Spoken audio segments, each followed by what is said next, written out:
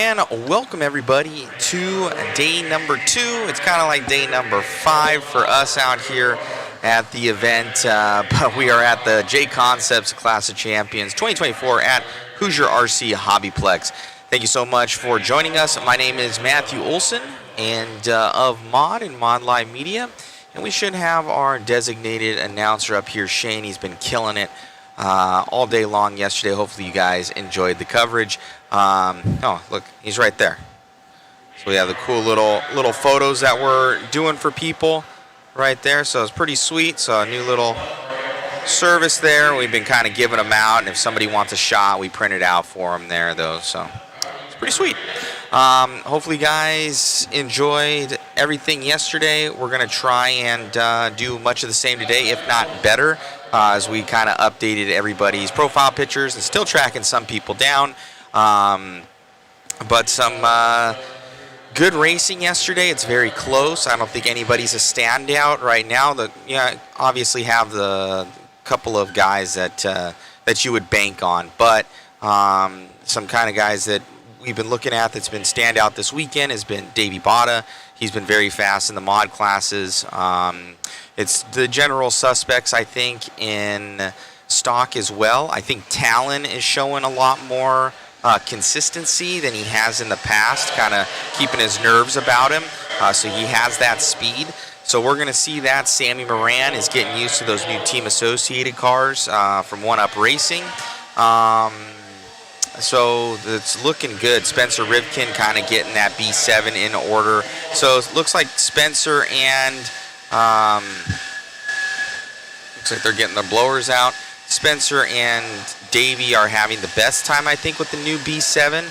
Kind of just getting the feeling of what the guys are saying. So the other ones are figuring out their own setup and what they like. But obviously those two are the fastest out on the track. So without further ado, it looks like these guys are, they're getting around there, and I don't have anything in front of me that I can see your guys' comments, but we are we're getting going today. So hopefully everything sounds okay. You can kind of hear the blowers probably over the microphone. They're getting the track blown off and walking into that next position. Such a nice facility out here. Special thanks to Angie and Eddie and the entire crew. These guys are awesome. And thank you to all of our sponsors as well. They're all on the back wall here. Once I leave, you'll be able to see them. And yeah, thank you so much. So we will talk to you guys soon.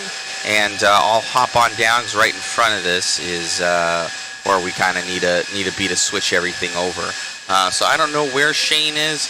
He's pretty much excommunicado right now for some reason, but he will be back up here. Not excommunicado, but he's missing in action.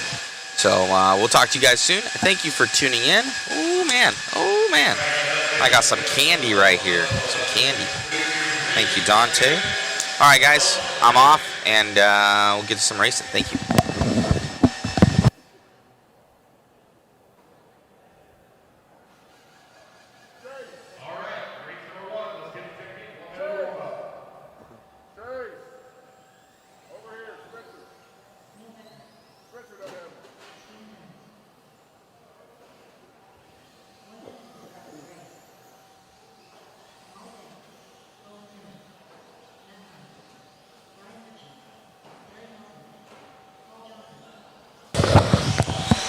All right. Hello. 1 of 40 saying Shane is on South African time.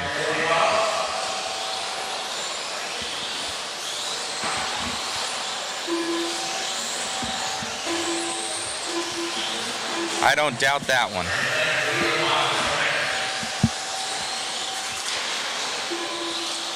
Hopefully you guys have been enjoying the coverage. Thank you so much for tuning in. It's a little early for everybody out there. Right now it's about 6 o'clock for me on my side of the world. But over here, it's 9 o'clock.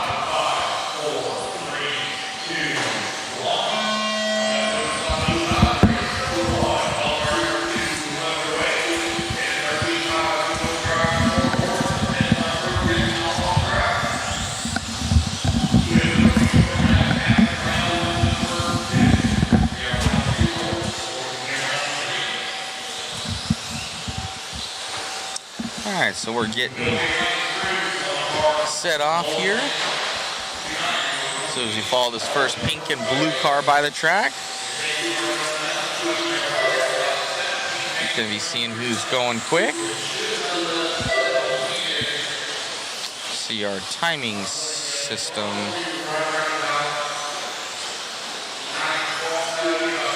I need to go check on that, guys. Make sure that that's outputting because we're not getting any fresh data right now. I'll be right back with you. Thank you.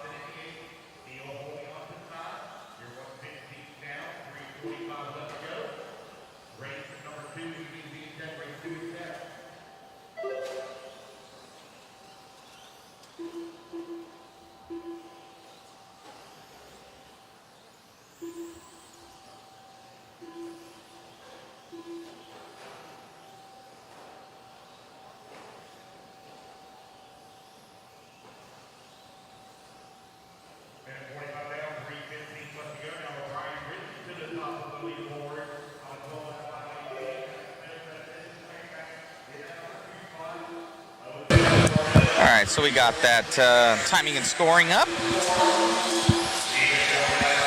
Ended up where there wasn't a button that was turned on. So we're back. Ooh, going over right there. Good morning, 1 of 40. Good morning, Juan Venter. Our YouTube chat is bumping. Where's our Facebook guys at?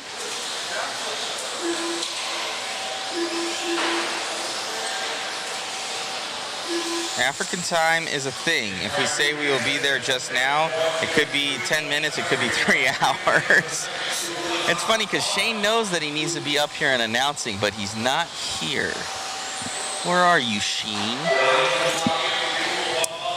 All right. And down that straightaway. Looks like the orange and white car are going to be our leader. Or it's like a pink and white, I should say. Blue in the back. Coming onto this double, single out, around the Protect pole. And now down the straightaway here.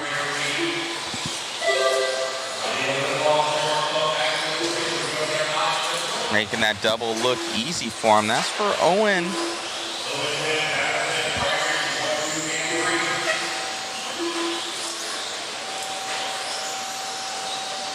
Owen Simmons leading us out.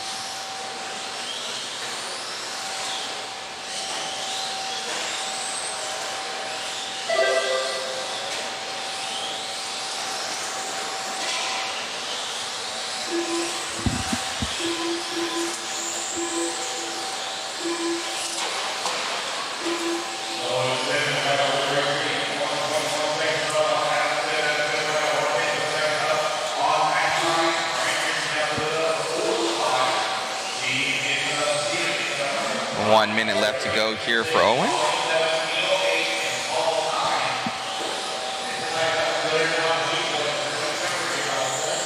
Got Adam in the 2, Matt here in the 3, but we're following around with Owen right now. He's got that Exalt hat on there. 40 seconds left to go.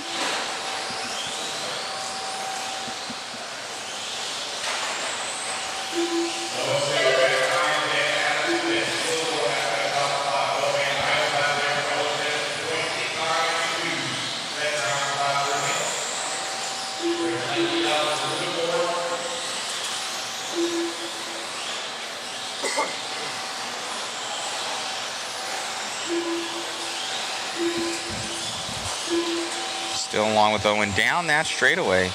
8 seconds left.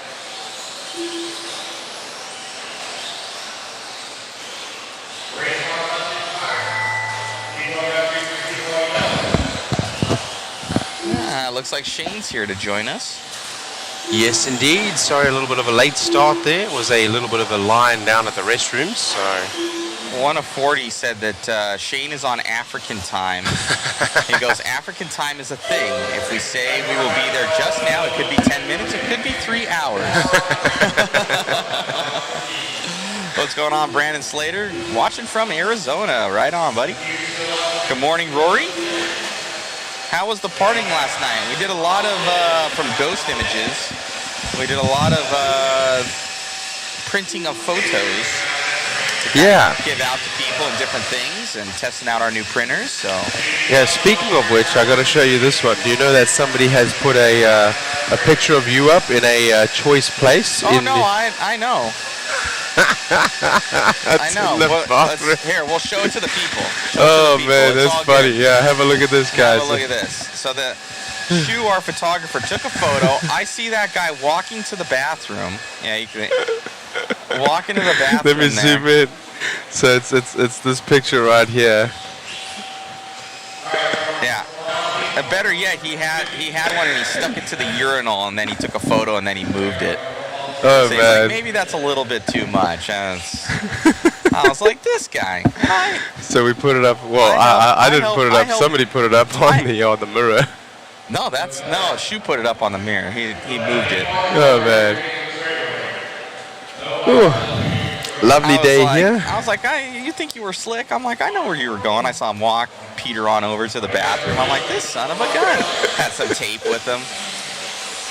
I'm like, I know what you're doing. I wasn't born yesterday. Yeah, I love it, man. You guys know how to share the fun. That's certainly something we all love about this hobby here. We're all here initially for the fun. It gets competitive, and the inner demon comes out of all of us when we race, right? But really, we're here to have a good time with our friends and have a good laugh and enjoy ourselves and share the fun. Why wouldn't we? Exactly. I know. Exactly. That's what RC is about, right? RC is about sharing the fun, camaraderie, friendship, having a couple of laughs, and blowing off steam from real life, right? Because real life, yeah, we all know that can be quite a rat race. All right, we're getting this one going as that 5-minute clock starting. JFT Customs, good morning. Are you all logged in there? Yes, I'm having a look at the chats right now. I've got the feed up over here on the right-hand side from you guys. Thank you very much. Perfect. As we get ready here for qualifier number 2, heat number 2 of 40. There won't be 41 today. The 41st race was the mini B race. Do we have maybe a truncated video of just that mini B race from yesterday? Or do we have, I think you guys made a post about that, right? I think Shu got a post of the start of the mini B race. yes, I did see that in slow-mo. If you want to see the mini B race, you can go to our feed yesterday. Just go on to Mod Media on YouTube and go to the part 2. There we go, yes. Part 2 right at the end. We had a mini B race where it was Joes and pros. So one average Joe raced for 5 minutes, and then a pro raced for 5 minutes for the same mini B, and their combined time was who took away that win. So let's have a look here as we go into 13.5 short course truck, brought to you by ProTech, a higher level of RC. Right on. Well, I'm going to jump off here, Shane, real quick, and go get some other stuff done. Thank you. You got it. I need one of those. I need one of the mod ear cups. Thank you. Adam Rails right now out in front from Tom Sherman, from Chris Venair, Justin Sherman, and then Justin Whitaker. Zach James, Peyton James, James Knight, and Isaac Lee all in this one. This one, heat 2 of 2, 13.5 short course truck, brought to you by ProTech RC, a higher level of performance. Available from your local hobby shop.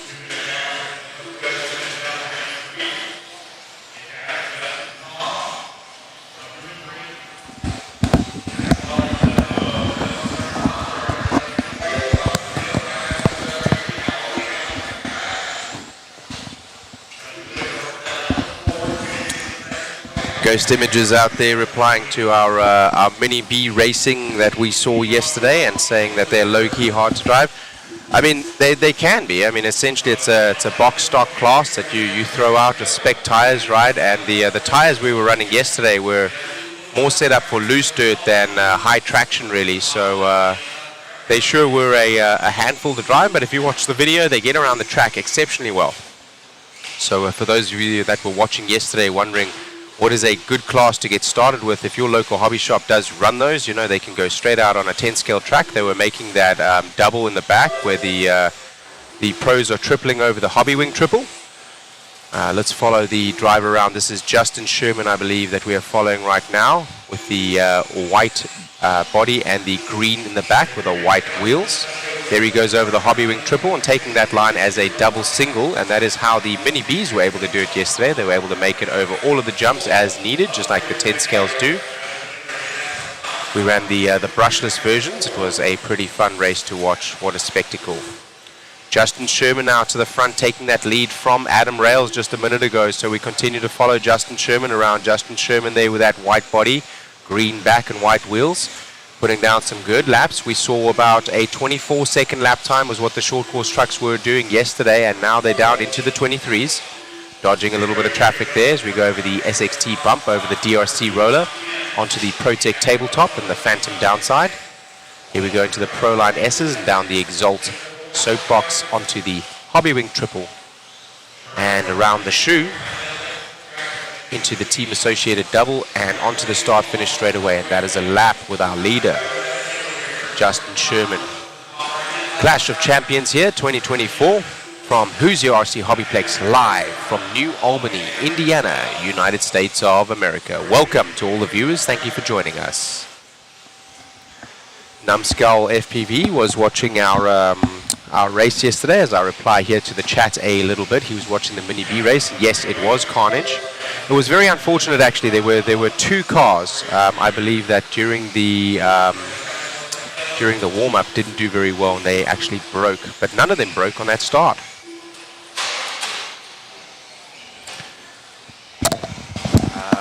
Yes, please.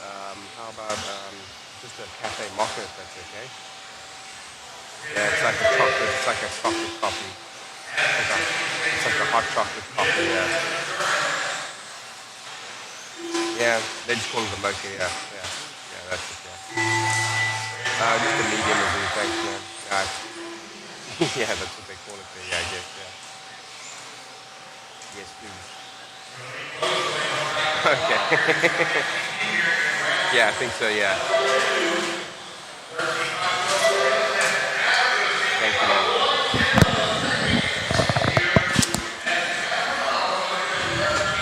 All right, as we wrap that one up there, the top 5 drivers still managing to keep from this particular heat for their top 5 spot. Of course, as we were discussing yesterday, excuse me, heat number 1 of 2, normally the slightly slower of the drivers, and heat number 2 of 2 would be the faster. And as we saw through the longer heats, for example, 5 heats of two-wheel drive buggy later on for the independents, you'll notice the slower drivers in heat 1, faster drivers in heat 2, and faster in 3, and faster in 4, and faster in 5. Normally the fastest come up last.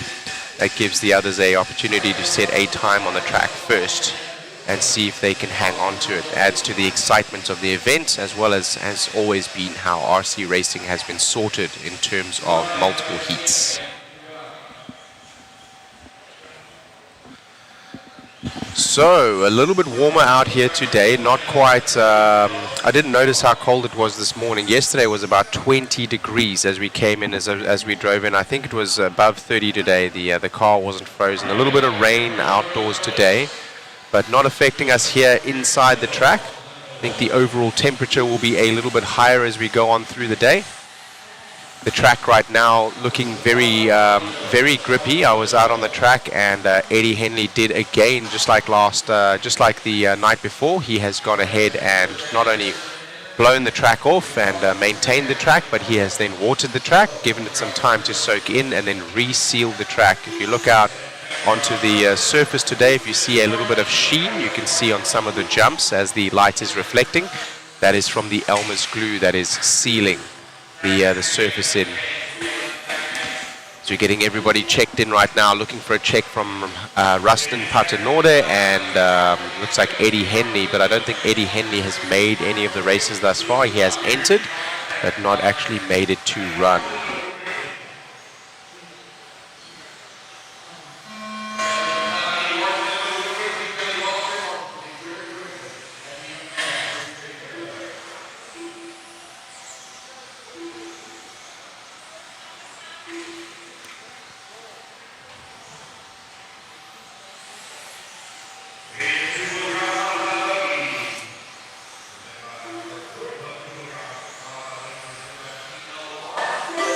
Ah, there we go. Perfect. Thank you.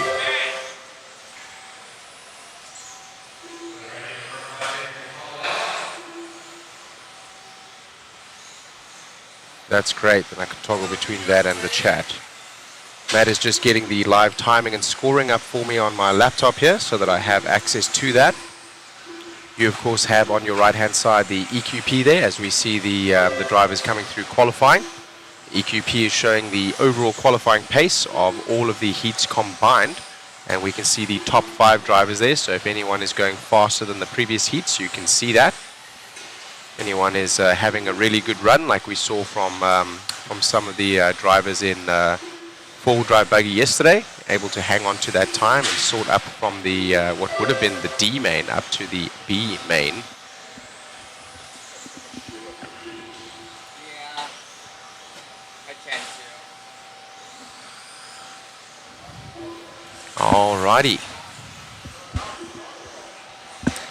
So 9 drivers out on track now for our 40 plus two-wheel drive mod buggy heat number 1 of 4, brought to you by TLR. Looks like we're following our leader there, Dan Neer. That is the white body with the yellow wheels and clear wing.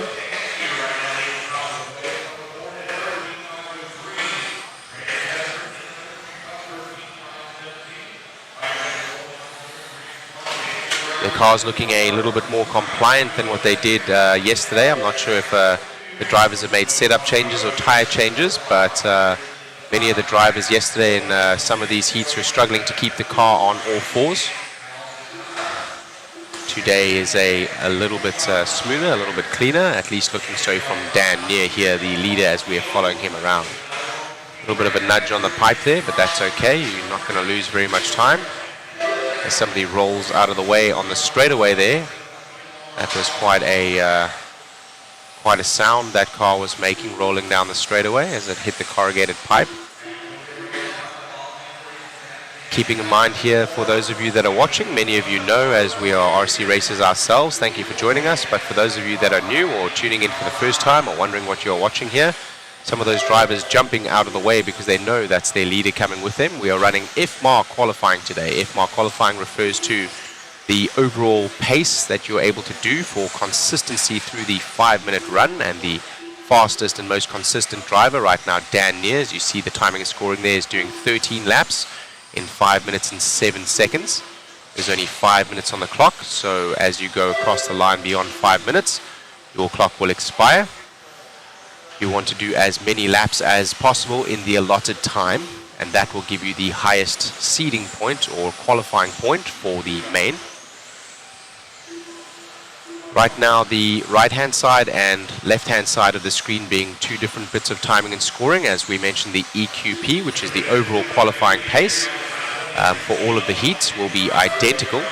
That is because the first heat of 4 here is, of course, the first fastest 5 drivers will be the fastest 5 drivers qualifying so far for this particular qualifier. As the qualifiers run, here we are running the second qualifier today. There will be 3 qualifiers overall. We will run qualifier 2 today as well as qualifier 3, and we will do some of the lower mains. We will run, I believe, all of the up to the C mains. We will complete all of the C mains, so it will be a very long day today. 9:20 a.m. here, Eastern Standard Time at Hoosier RC HobbyPlex in New Albany, Indiana, United States of America. Thank you for joining us here on the broadcast from Mod Live Media, brought to you by JConcepts, and live timing brought to you by RC Garage. Let's take a moment to thank our sponsors.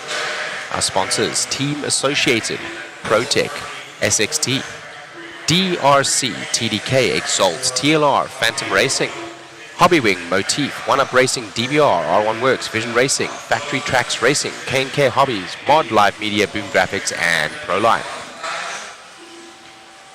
We have 9 seconds left on the clock here, so as you see there, Mr. Dan Neer is going to sneak by for another lap. That is how you end up with a longer than 5-minute run time on your lap pace. We will look at his lap pace, will be 13 laps in about 5 minutes and 11 seconds, so he is expected to cross the start-finish stripe here at about 11 seconds on the clock, so it's going to be a little bit slower according to what we see right now. Looks like it's going to come out to be a 13.5.14. see as that comes up on the screen. These guys getting down now into the 22s. Yesterday doing average of 24 second lap times mostly. Also the same as what we saw with the short course truck, and starting to dip into the 23s, but Dan Neer able to get into the 22s. Excuse me. That one is going to be Dan Neer from Brandon Hester and Jason Grimes. That was one of the gentlemen there in the yellow shirt with a cobra that's standing closest to the camera. That is Jason Pizzafero. He was in the chat and will join us later in the chat again. So to put a name to a face, that's one of the gentlemen here at our local track that is also on the feed that has been joining us and watching us and chatting with us also. The live timing that we use, Juan.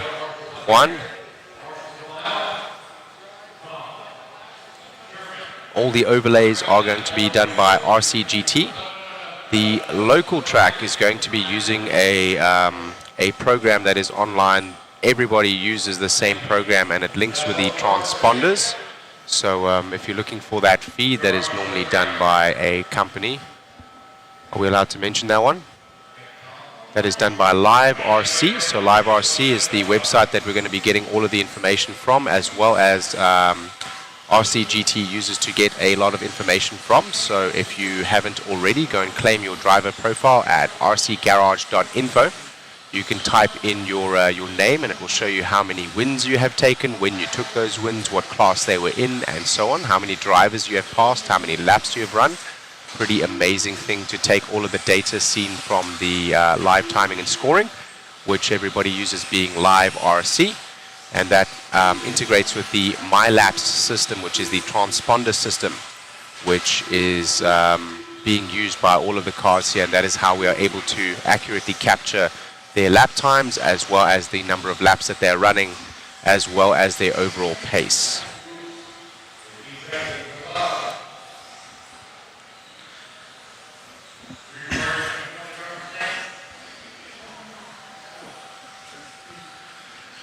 So we were asking here, one of the drivers is asking, Jason DeRosset is asking Matt, will the B6.4 puck system work on the B7? Actually, there is going to be some changes that Matt is going to be making pretty soon. The outdrives on the B7 are a little bit different. So there will be some modifications that Matthew Olson Designs needs to do in order to get those puck systems to work. But yes, there will be a puck system for the B7 very, very, very shortly.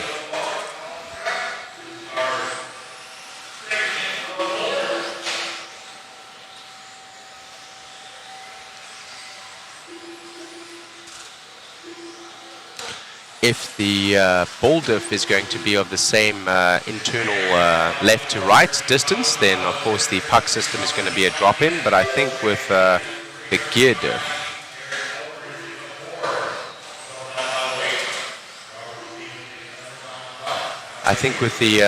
diff, we see a slight difference in the width. So let's get Matt up here. He'll know all about that. He can tell us about that. Yeah, quick update. Basically, it's if for the gear diff stuff, they changed the outdrive, so they changed the gear diff. So those gear diff outdrives will not be drop-in. If the arms are pretty much the same, but I think the arms and the pivot blocks are different. They say it's the same size as the other dimensions, but I find that to be sometimes a little off. But potentially the gear diff stuff for the bones will be drop-in. The outdrives will not be drop-in. But from what they're saying, I think the diffs are the same left to right, so you probably could use an old diff in there unless they change the tooth count on the gear. And then as far as the all the puck drive stuff, the ball diff should be straight drop-in. We don't use the ball diameter and everything that they do, and it's totally different. So that shouldn't be an issue. As long as the bone lengths are all okay, then that should be fine. So but we're gonna go through it all. Yeah, absolutely. So Matt's gonna be getting himself his hands on a couple of B7 buggies. And when he does that, he'll be able to take the products that he has and test them and make sure that they are all working correctly as expected. And then once they are ready, we will bring them out to the public through Mod Designs with the puck systems. The puck system is very well used. It's very widely used, not only at this race, but also many other races. Right now, the mod puck system with both Sammy Morgan as well as Talon Henley, TQ in both of the systems. So it does go to show that the puck system allows for better performance, and those drivers taking advantage of that. For those of you that have never seen a puck system, the puck system essentially is going to be a system that takes your driveline in the rear, sometimes also in the center of the car. For the four-wheel drive, it will be in the front as well. What it does is it eliminates the slop between the dog bone and the outdrive, thus allowing you to get a more responsive drivetrain. And I believe they also lighten the. They also are 30 to 40% lighter, so a lot less rotational mass that goes straight through the dog bone and the axle. And of course, as you know, in stock, we're trying to squeeze out every little bit of performance, especially in removing weight from the rotational mass will help you to gain performance from your car. The stock motor is, of course, limited on turns and limited on ESC power in terms of being in a blinky mode. But let's go back to our race here as we go over the Hobby Wing Triple with our leader, that is Chris Venair. He has the blue buggy with a white back and the yellow wheels. One of the drivers there just going off track a minute ago, accidentally, nicely getting out of his way. And Chris Venair right now with a good lead right now. Dan Neer from the previous qualifier is the second fastest driver, if you see there on the right hand side, for the overall qualifying pace. And in second and third place in this race now, the third and fourth fastest, Jason Benita and Owen Simmons there running on a... Oh, thank you very much. I see we have the overall lap pace there now as well, so we don't have to wait for timing and scoring to change to see that. That is the FMAR qualifying pace that we will be using. Just so you know, for seeding, it was different. So if you are a little bit confused as to why the seeding is a little bit different, it's just how they seed for the event. They use top 3 consecutive lap time in order to seed into their heats, which will be the qualifying heats. And as you qualify, they will be using FMAR qualifying. FMAR qualifying refers to your overall consistency and speed and pace throughout the entire run. And we see Chris Venair right now coming through with a 13.506. So that means that he did 13 laps in 5 minutes and 6 seconds. There's, of course, 5 minutes on the clock as you run. And if you get by the clock whilst the clock is still active, you will be able to finish the lap that you are on. And that is why their time is beyond 5 minutes, even though the clock only shows 5 minutes.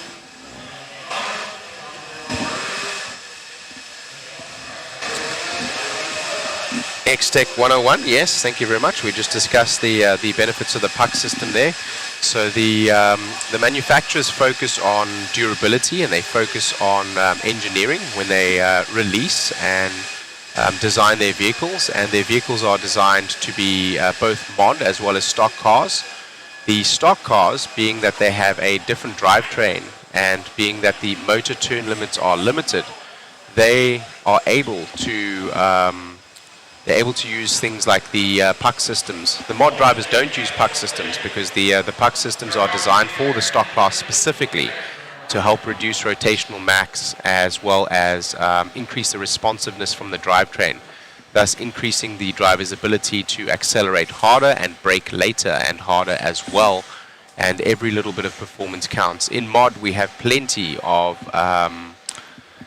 performance to spare, and even many of the drivers are turning down their ESCs in terms of power, or even the EXP, the exponential setting that they use to drive their throttle curve, and they will actually turn the throttle down to 85, 75% sometimes in order to reduce the power and make it more manageable.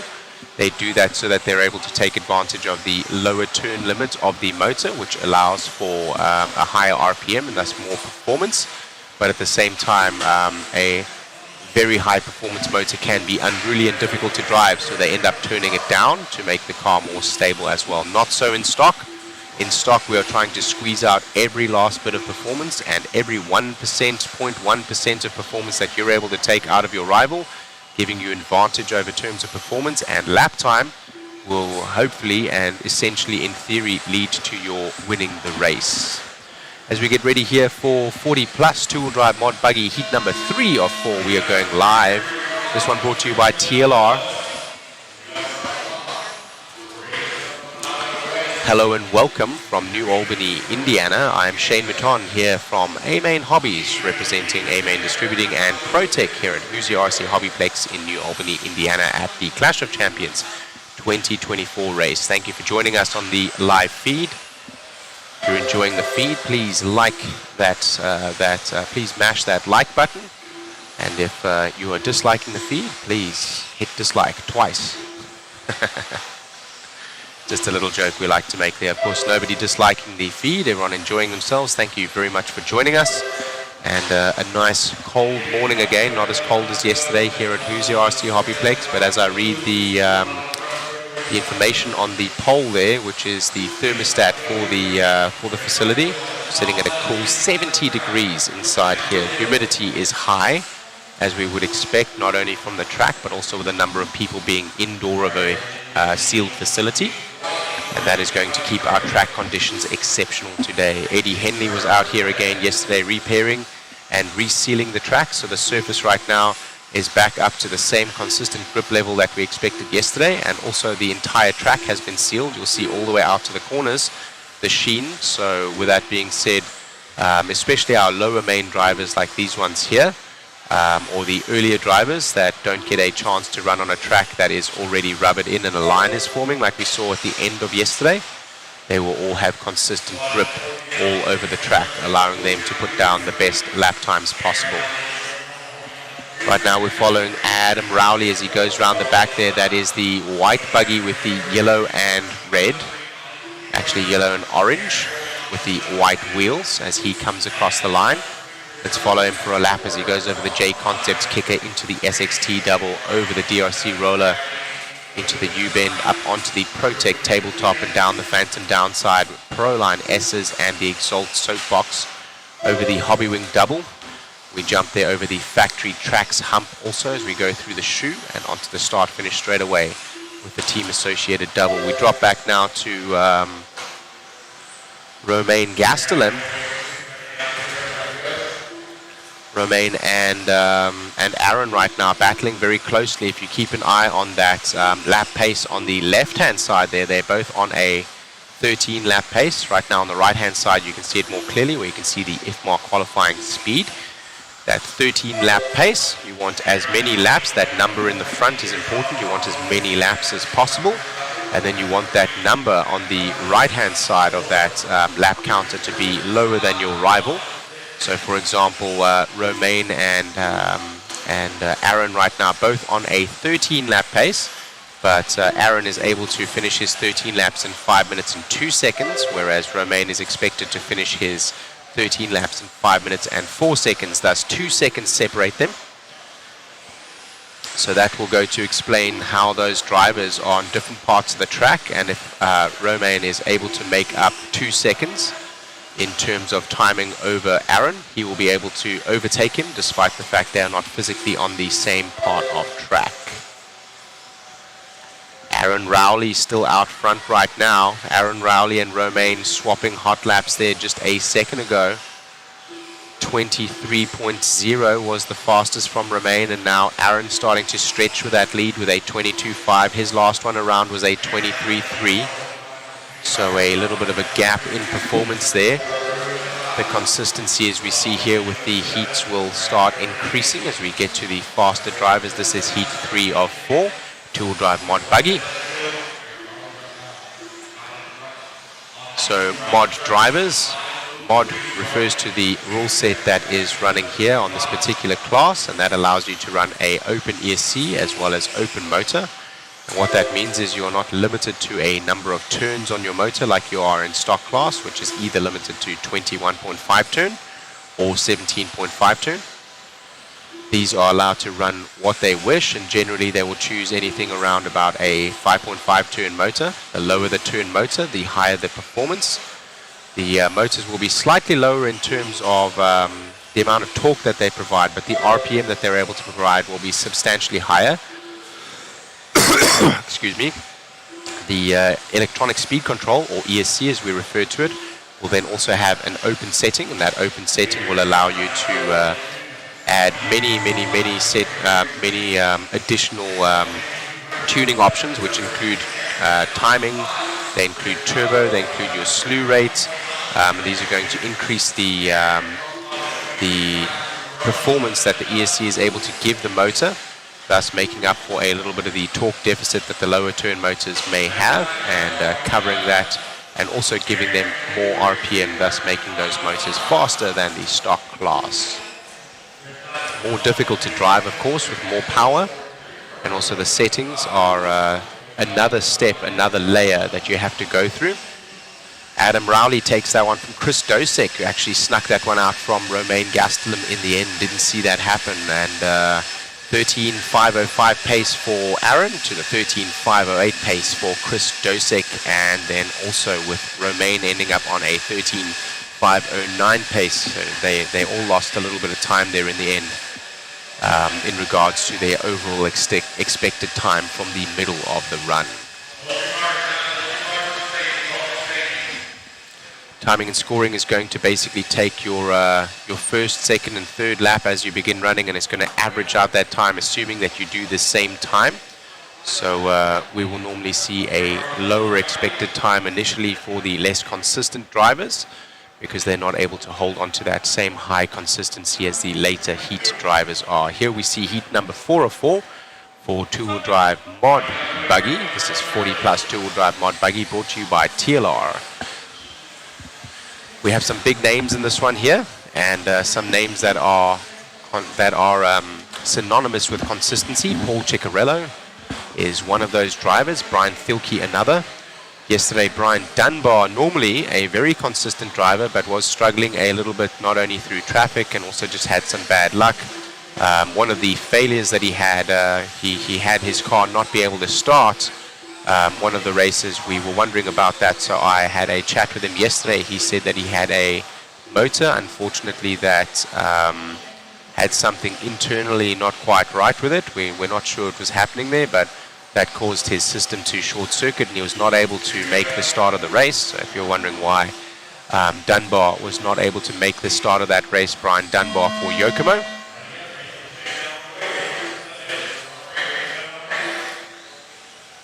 As we get started here with heat number 4 of 4, 40 plus two-wheel drive mod buggy, brought to you by TLR.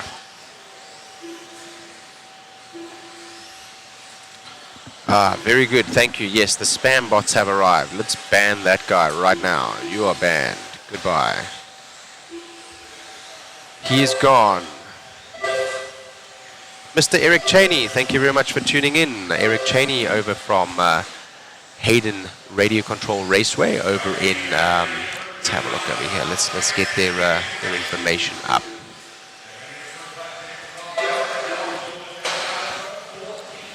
So from Hayden Radio Control Raceway, they are over in Idaho. So you guys can check them out there at Idaho, another world-class facility, and some great races will be going on there. So if you are on the West Coast, check out HRCR. They have a Facebook page, and you can join them down at 15223 North Government Way. That is where they have their racing facility. Beautiful outdoor facility, as well as a carpet track as well. So they have 8 scale and 10 scale. Regardless of the scale that you wish to run, they have you covered. So go and check them out down there. Hello, Eric. Right now, Brent Thielke, the team associated team manager, running one of those B7s out front right now. We're following him. Excuse me. We got a little bit mixed up there. We're looking for Brent Thielke now. There is Brent Thielke now, yes. Brent Thielke there is in the pink buggy with the darker rear and the white wheels as we follow him into the start-finish straightaway.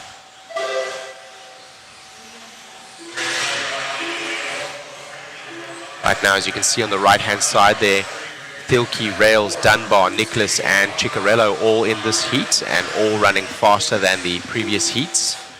So they're able to do a 14-lap pace in the same time that we just saw the previous heat do 13 laps. So if you see they're doing 14 laps in 5 minutes and 5 seconds. I expect these drivers, especially the top 3 or 4 drivers, as we see them right now, having a little bit of a tumble, some of them, but Brent Thielke is able to avoid that. So these drivers are going to be able to probably finish their runs closer to the time that we see right now, as we're about 2 minutes 20 down, about halfway in this run. We saw a little bit of time bleed out from the previous expected lap time, which they were expected to finish in 13.502, and they finished around about a 13.506. Here, Brent Thielke is expected to do a 14.505. Let's see how close he can keep that in terms of consistency and ending his run the same as what he started it.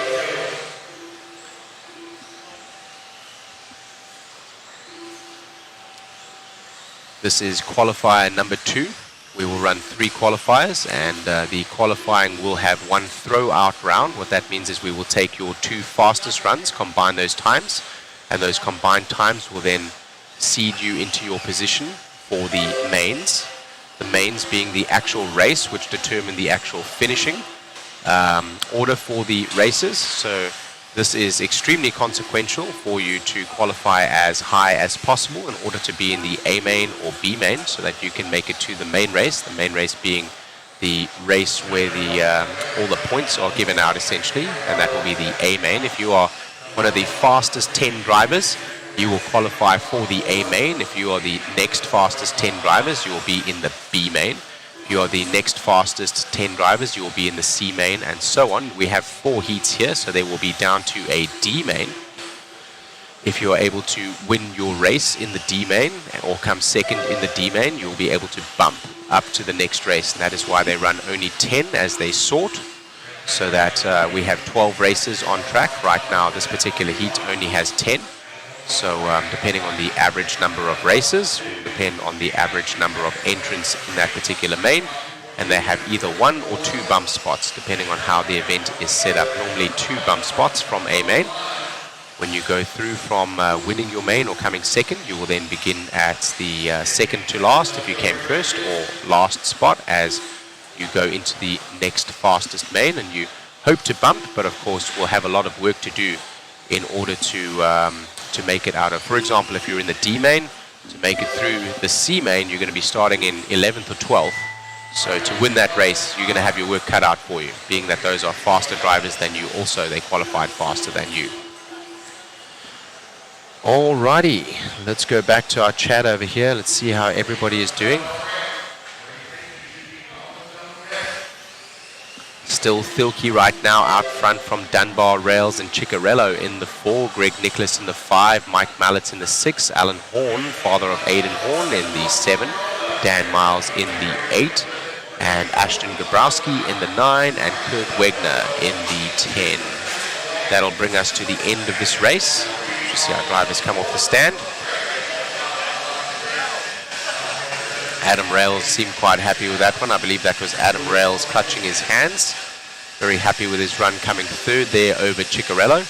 Ciccarello, one of the most consistent drivers, and certainly one to beat. So let's have a look at that time there. In the end, they did bleed out a little bit of time as well. We'll go to an interview with Brent Thielke. We'll go to an interview here with Brent Thielke to see how he liked that.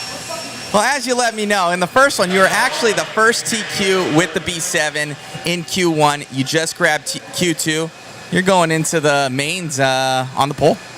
Yeah, I mean, the goal is always just keep improving, right? So the guys are working really hard back in the pits, communicating with Kyle and a couple guys back at the shop. Some of the Europeans are out running the B7 as well. So trying to work as a global team here to really dial the car in, and learning every time we're on the track. And I'm sure I'm going to change something for the mod run, and probably something for Q3, and probably something for the main. So the goal is just kind of keep learning the car and developing it, so when the customers get it, they're ready to rock.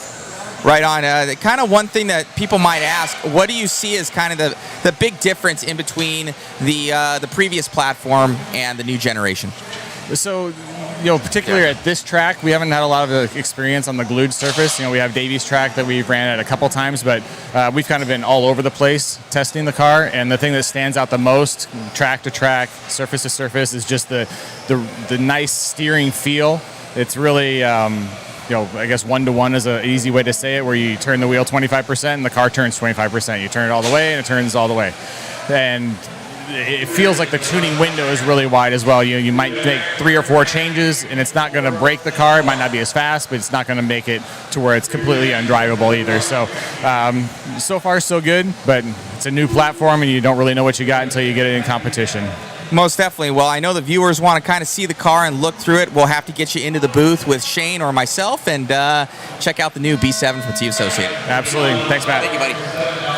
We would love that. That is our team manager from Team Associated there, and a lot of questions have been asked about the B7. What has it been developed? Why has it been developed? And so on. And this is a 3-year-long project coming up from the B6.4, which was the previous reiteration of the car, to the B7. 3 years they've taken to develop this vehicle to make sure that they release the best car possible. And 7 of the team drivers here for the race have been able to get the car. The team drivers are obviously testing the car for the public before it comes out to the public. That will be available from your local hobby shop soon. And if you don't have a local hobby shop and would like to get your hands on one, you can do that in 2 ways. One, there will be a waffle. We will be giving one away here from Mod Live Media, so you can enter that, and we will paste that link in just a couple of minutes again to the waffle. So if you want to join us for that, that will be run on Sunday. We will do that live. B7 will be one of the kits that we give away, along with a B7 4.2, which is the full drive derivative of that car, a Yokomo YZ2 DTM3, the Team Associated Nano Sport kit, as well as some other prizes. And another way that you can get it, if you don't have access to a local hobby shop, is log on to www.amainhobbies.com for all your RC needs. Those are up for pre-order right now. You can pre-order with your local hobby shop as well, I'm sure. So do speak to your local hobby shop first. And if you don't have access to one and you'd like to get a card, log on online and join us there. There is the link to the waffle. Yes, you can win multiple prizes as long as you buy multiple tickets. Each ticket can only be drawn once. There is also free shipping on everything worldwide. What is free shipping worldwide? Wait a minute. What is free shipping worldwide? Your waffle? Yes. So very good. You guys don't have to pay for shipping. We ship everything out free of charge. Damn, so, that's pretty good. Yeah. So if one of 44 wins this, he's in South Africa.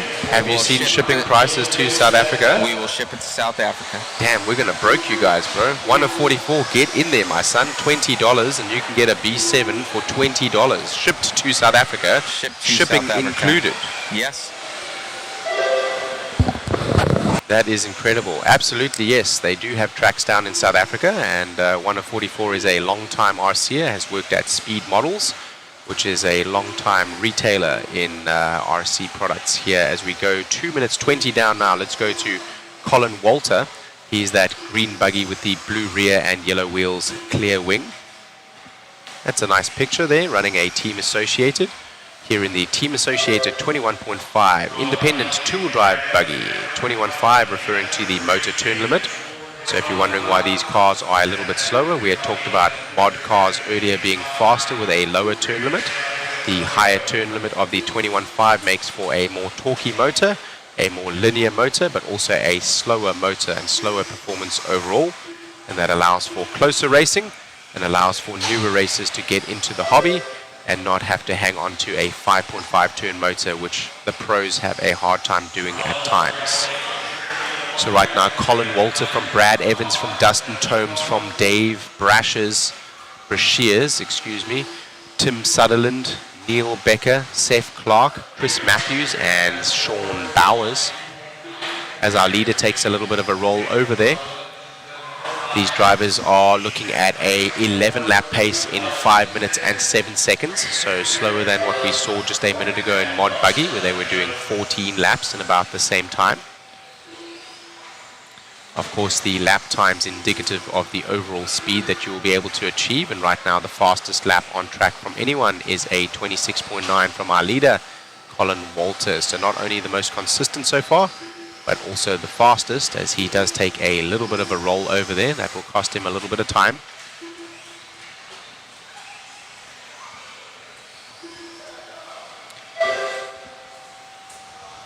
So the B7 is definitely looking a nice update to the team associated two-wheel drive platform, says Isaiah here in our chat, and absolutely yes. I've had a close look at the car in terms of the actual design and engineering. There are a lot of fundamental changes. The car is 1 millimeter thicker in terms of the chassis. It's actually thicker, so that is going to lend itself to a higher traction front end. It's going to allow you to have a stiffer front end as well. Those bulkheads have also been designed and have been made stronger up in the front. They have a new front caster block, a new steering block. They have a new rear block. I'm not sure if the A-arms are new. I know the differentials have been redesigned for different reasons. They've also changed the pivot points as we see trends happen through RC. Previously, we were going wider on the pivot blocks, especially like we've seen in 8 scale over the last maybe 5 or 6 years. The cars got wider in the pivot blocks with shorter A-arms. And now the trend for the drivers, looking for the feel from the car, the pivot blocks have got smaller and the A-arms longer again. So we've seen the same on the B7 here. Brent had a very good comparison, or should I say not comparison, but analysis of the car in terms of what it is able to give you. And he said the steering is much more one-to-one. So there is a lot of geometry, of course, and engineering that goes into the steering acumens and the design, as Colin Walter walks away with the win from that one in heat number 1 of 3, team associated buggy 21.5 independent. That was Colin Walter from Dustin Tomes and Brad Evans. So Brent Thielke, team associated manager, was telling us as it is a 1-to-1 ratio. If you turn the wheel 25%, the car will turn 25%. If you turn it 26% and so on, it is very linear. Normally, as we have seen with engineering and steering and acumens in the past, as they get set up to your servo is what is electronically steering the car for you, receiving the information from your receiver. That has been something that we've had to dial exponential into the car to calm the car down, especially on the extremities of the left and right turn of the steering wheel.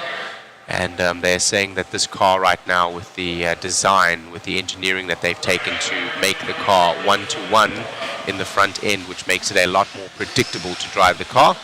Of course, we're not in the cars when we drive them. We're up on a driver's stand and do not have the ability, as we do in a real car, to feel what the car is doing below us. You can only see. Sometimes what you see is reactive rather than proactive would be as you sit in a vehicle and feel the car. And with that being said, it is very advantageous to have a car that is doing what you expect it to do, not only in terms of the drivetrain giving you performance and the rear of the car giving you traction, but also the front of the car and the steering geometry giving you a linear input so that you can have a very consistent and manageable car, which will give you the best ability to be able to push as hard as possible and get the most performance from your vehicle. As we get ready here for our practice laps are getting done now. Everyone is checked in. You see those check marks on the left-hand side. That means that the driver has been across the line. And they have been checked in with a transponder. And we get started here with our 5 minutes in heat number 2 of 3. Team associated 25 independent two-wheel drive buggy. We'll follow those two cars in the back there for a little while until we find a leader.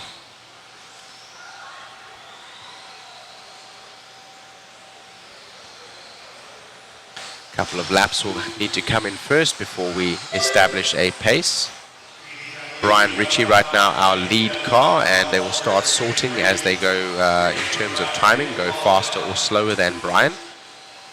So we're still following Brian, which is great because he has turned out to be our leader, not only first across the stripe but also fastest at the moment. He is that purple buggy with the white rear and the white wheels. And a photograph up there of Mr. Brian Ritchie.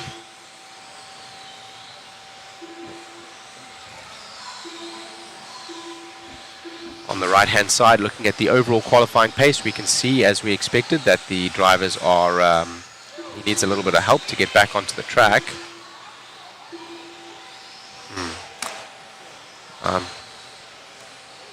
I'm not sure if that was a long enough wait. He did lose time there. He did lose a position. So as he left the part of the track there, really what should have happened was that a marshal should have taken him and put him back on the part of the track that he was. He ended up not doing this back part of the track as he accidentally went across the pipe, but the marshals were not helping him. They did not see that he was on the wrong part of the track, so he continued. Our race director, Lance McDonald, did call it out and asked him to give a position back, and when he gave the position back, he will lose some time, of course, thus putting him where he should have been. You should be impeded should you crash. For example, like that gentleman in the back being marshaled. You will lose time when you crash, so you cannot just crash in inverted commas and skip part of the track. You have to run all of the track.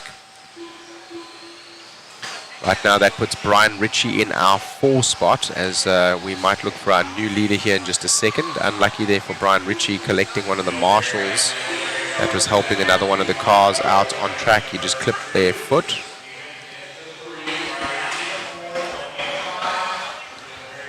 Rory, yes, replying to our chat there. Rory, this particular track runs their facility the way that they run their facility. It is rather unique, actually. I don't see this at many other tracks where they use Elmer's glue. Some use sugar, some seal it with just water, some do not use a sealant at all. Some believe the track should not be maintained as we are off-road racing, and that ruts should form, and that there should be different lines taken throughout the race. So some do not maintain the track. Eddie subscribes to the idea. Eddie is the owner and track director here at Hoosier RC HobbyPlex in New Albany, Indiana. For those of you that were asking earlier where we were at, we're not in Indiana. We are in Indianapolis, excuse me. We are in New Albany, which is just south, about 2 hours south, or 1 hour south of Indianapolis. So yes, Eddie will come out every day after the race, and he will blow the racetrack off with his blowers, thus removing the dust, giving him a nice clean surface, which he will then allow the water to set in for about half an hour before he comes out with Elmer's glue. He does that for 2 reasons. One, it gives you very high traction surface, which lends itself to very exciting racing, and also that allows you to spray all of the track, giving you the ability to get grip on all of the track rather than only in the black parts where rubber has gone down. As we go throughout the day, you will notice the black parts will become more beneficial to be on than the rest of the track. But right now, the outside of the track, you can still see that sheen, the light reflecting off it, the Elmer's glue sealing it and giving it that reflectant. Billy Perry now, our leader, as he goes over the JConcepts roller into the SXT, kicker into the DRC double, ProTech upside, Phantom downside into the Proline S's. Takes a little bit of a roll over there. One of the other racers trying to retake a position. I believe that's Derek Eldridge. So they're actually battling for position, and doing the right thing is Derek Eldridge. As he caused the crash with the driver ahead, he waited to allow that driver to retake their position, as is only fair to do. A lot of driving etiquette and gentlemen's agreements, essentially, as we see here with FMAR qualifying. This gentleman is probably going to step out of the way, the white buggy, in just a second. Should he know that that is the leader on his tail, he will do so. And he does. Billy Perry there in the yellow buggy with the white rear and white wheels is about to cross the line, and he has 1 more lap, I believe, before he is done. He's going to finish on around about a 12-lap pace in 5 minutes and 26 seconds here in heat number 2 of 3, Team Associate 21.5, two-wheel drive independent buggy. Independent being the class that the drivers run that do not have any sponsors, and is also the entry-level class, sometimes called sportsman at some tracks. Expert then is going to be the next highest class. Expert is if you have the skill level to step up, or if you have a sponsor, you must run in expert or in mod.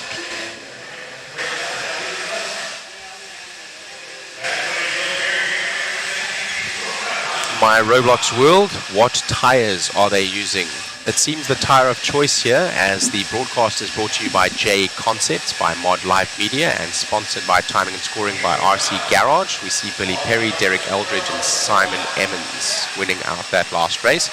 The tires everyone seems to be choosing here are the Smoothie 2s in silver compounds with the grey Durtec inserts. That is going to give you the insert can be done in different stiffnesses, and that is essentially the PSI of tire that you are running. So for those of you that race full-scale cars, of course, these cars are not inflated tires. They have tire inserts. They are foam tire inserts that will determine the hardness of the inflation of your tire, essentially.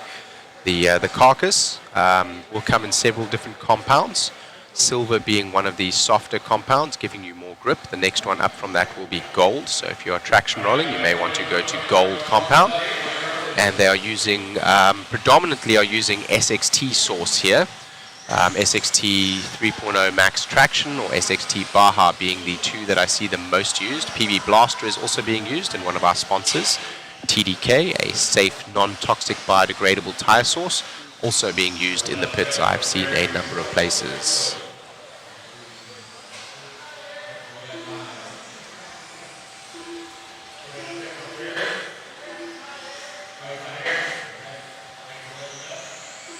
Yes, so somebody was saying here, Trucker K was saying probably clay compound, whatever brand they choose. So in this particular track, it's not only a clay compound, but also a slick. This is an extremely high traction track. So if you are running any kind of ghost pins or anything like that, some of the manufacturers do have what we call ghost pins. They look like barcode tires. And they will actually sand those down until they are slick and then source them and then run them so that they can get a slick tire. If your manufacturer has a slick available, like JConcepts has the Smoothie 2, you will simply choose a slick. They will still sand them down and they will still source them in order to get as much grip from the tires as possible. I believe we're following Fat Ninja around now, Mr. Doug Powell. Let's have a look. No, that is Brian Hoskins. Brian Hoskins, the first across the line. And as we sort, he also happens to be the fastest right now in the 2 spot. Jason Kessinger was in our chat yesterday and the day before. Thank you for joining us not only in the chat, but also here at the racetrack. Heat number 3 of 3 here for Team Associated 21.5 Independent 2-wheel drive buggy. As you can see right out of the gate, our first 5 drivers here in our heat are our first 5 drivers right now in the EQP as well. Just to reiterate, our later heats generally have the faster drivers.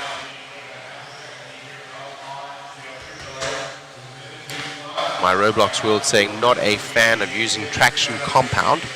I will tell you, if you come to one of these races, you will be a fan of using traction compound or you will be lost. Personally, I think I know what you're referring to there in not enjoying using the traction compounds. Some of the traction compounds are a tack compound, which add a layer of tack, essentially almost like pouring soda on your floor and waiting for it to dry and become sticky. So they add a layer to the tire and they add tack to the tire. And some of these sources are solvents, and those solvents break down the tire, causing the rubber to erupt and essentially the rubber to come to the surface of the tire and soften the carcass of the tire, thus giving you more grip.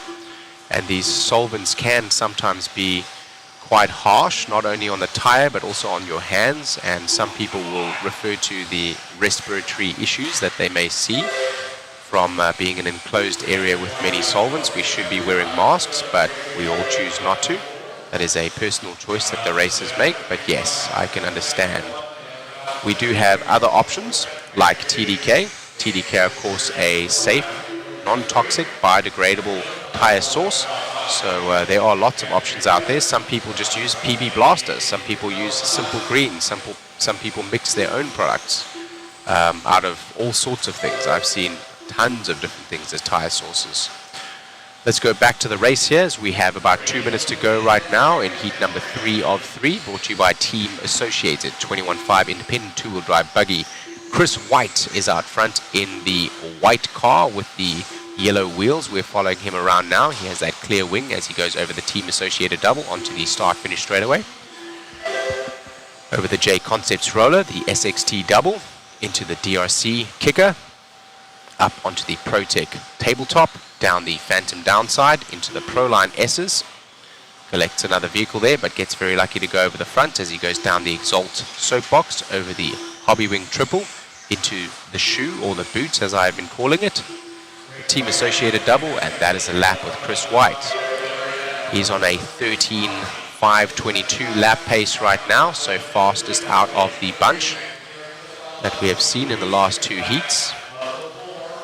Let's have a look at his lap times here when they pop up. He's on lap number 8 right now. Doug Powell, Fat Ninja, is just behind. Fat Ninja has his ticket punched in terms of best lap time. You see a 23.9 from Chris White and Doug Powell doing a 23.6. So if Doug is able to get that consistency up, he needs to shave 2 seconds from his run time. Over this next minute, he needs to get 2 seconds, and Doug will be able to usurp Chris White for the leading spot. In the meantime, we continue to follow the leader.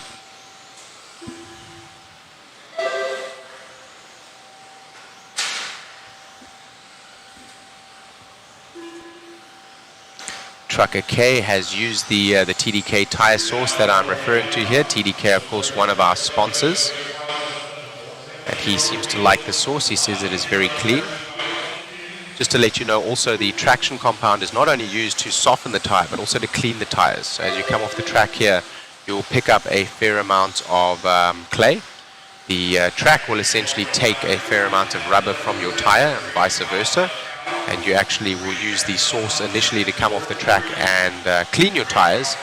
You'll wipe them off, and then you'll source them again if you're looking for more traction. Although when sourcing the tires, I see most drivers, as I do on a high traction surface, only source the inside half of their front tire, and all of the rear tire. Of course, we want as much traction in terms of acceleration and cornering as possible. But in order not to traction roll, if you are sourcing the outside of the front of your tire, it will grip too much, not give you any kind of give or slide, and you may end up traction rolling and losing time instead of gaining performance. That is a race, and Chris White does manage to hold Doug Powell off from Jeffrey Miller, Jackson Neer, Matthew Blake, Jason Kessinger, Brian Hoskins, and Kason Cottrell, Brian McGlasson, and Barry Sobel.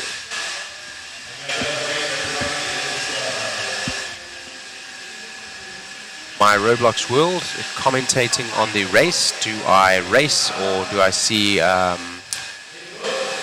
commentating on the race? Do you race at all? I see you at all these race events a lot.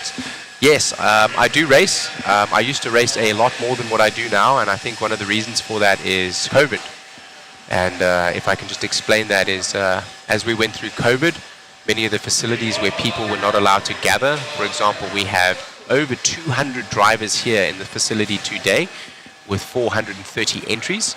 COVID, of course, said that no more than 10 of us can be in any given place at any given time, right? So there were all sorts of regulations that meant that I looked for and started finding other hobbies, and these other hobbies involved my being alone outside. In fact, one of the other hobbies I picked up was bashing. So I'm still in RC, but now I'm taking my car down to the soccer field, and I'm running my dogs around, or I'm going to the crawler track, or I have a drift car. I have a Kyosho Mini Z that I drive around inside my house. So still involved in RC, but just in a different way.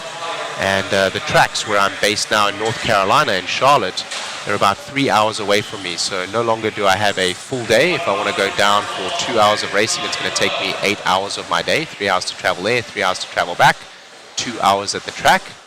And no longer do I have as much time to do that due to all of these other hobbies and commitments that I have made. So yes, I do race. I did race previously here on this track, so I have experience on this track. I know what it feels like. It is extremely high grip, high traction. This high traction surface is more akin to the grip that you see on carpet, and even with pin tires, I would say that this track has more grip on slicks than what we see on a carpet track with pin tires. The clay allowing itself to build different features and have different elevations, unlike we may see on a carpet track. Thank you so much. Our photographer here, thank you. He has just done us a coffee run. Some lifeblood will be pumping into us here, and maybe some energy and excitement shortly as well. We're going to get going here with Tom Sherman, Greg Nicholas, and we're shuffling up right now, so we're going to let those times come in as we get started here with the 13.5 Stadium Truck. You were saying a minute ago, my Roblox, that you enjoy your Stadium Truck two-wheel drive. It is a class that is returning, one that has been revived and has been returning in the last number of years. Another one that has come back that we saw in the beginning, we saw 2 heats of short course truck. short course truck was the glory of RC racing before buggies emerged to take that spotlight in the early 90s. So short course truck still alive and well here at Hoosier RC HobbyPlex.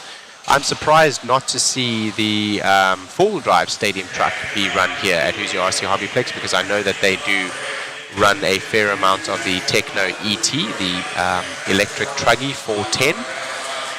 And I'm surprised not to see that class run here, but we can only run so many classes at so many of the events, and of course the classes are driven by number of entries that we get, so maybe the interest has waned, I'm not sure.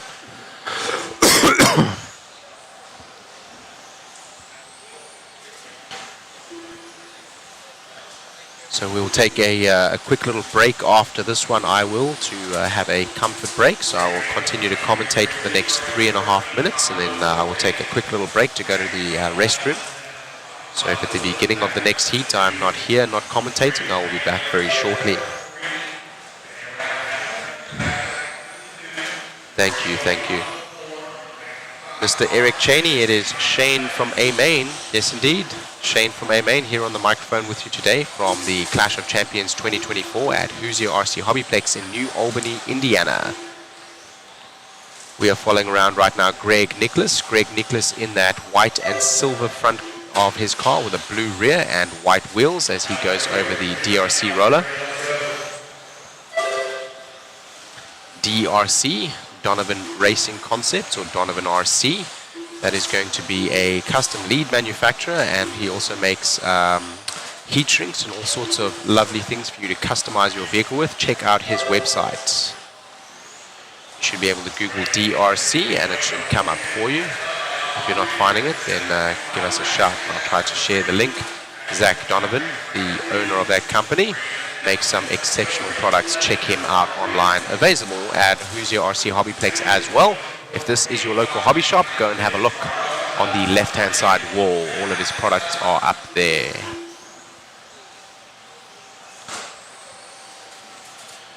TQ Chef is saying there is quite a groove forming, and yes, there is quite a groove forming. The groove that he is referring to is the black amount of rubber that is being laid down on the track as the drivers accelerate and brake in certain points. More rubber will be laid down, and the groove will then lend itself to more grip as the surface deteriorates in terms of the Elmer glue. Although right now you can run almost anywhere on the track and expect to have grip, simply because of the sealants that the track master and track director uses. Mr. Eddie Henley, he uses Elmer's glue, and also so many times have the track been sealed with Elmer's glue, and so much rubber has gone down into the track that as he has destroyed his previous layouts and retilled the track, we will see a large amount of traction being gained simply from those two compounds being added into the clay, which was already a very good clay to begin with. So we're going to find now Daxton Hoskins. He is there in the white buggy with the pink rear and the white wheels as he comes over the team associated triple. Actually back to Greg Nicholas now. Greg Nicholas, our leader. Now Chris Venair, and swapping back to Daxton Hodgkins. So let's have a look at that time. These gentlemen over here all running very close and swapping the lead. If you see, they're all on a 13-lap pace, 5:08. Now 13:5:07. Nicholas separates himself a little bit. He is the one that we are watching. Hodgkins is right behind him on a 13:5:08. Venair is right behind him on a 13:5:08 also. So with that being said, that is why the lead is swapping as many times as it did in just a second there. These drivers not needing to pass one another, their overall pace being what is determining their position in this heat. Heat number 1 of 3, Exalt 13.5 Stadium Truck. Good morning from San Antonio from Mr. Ethan Martinez. Good morning, Eric. We'll be in at about lunchtime, says Isaiah. He's going to go and join them over at Hayden Radio Control Raceway. That is over in Idaho.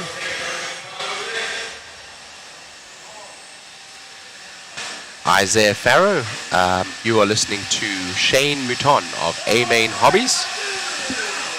I'm very honored to be here with you today with Mod Live Media, with our broadcast brought to us by JConcepts and live timing brought to you by RCGT.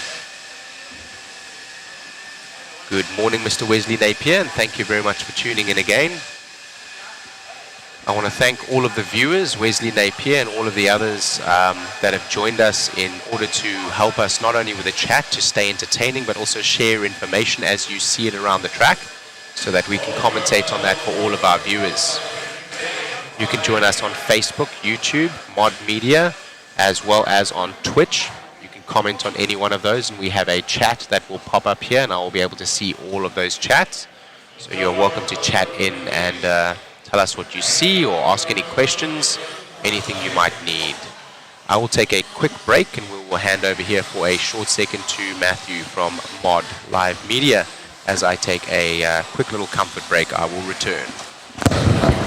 What's going on, guys? I'm back with you. Hello, hello, hello. Back in 1 second.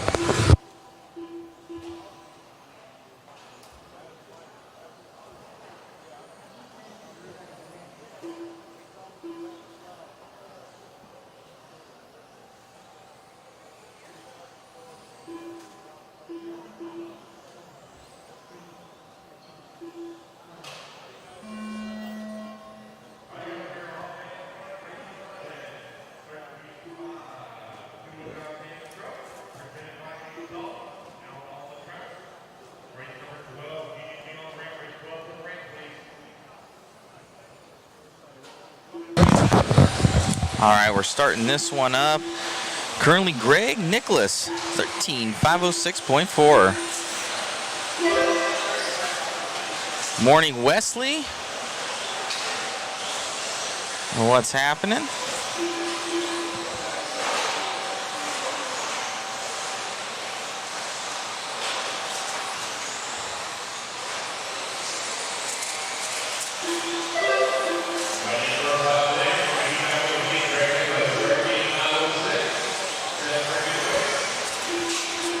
We got Zach Castilum out in the lead.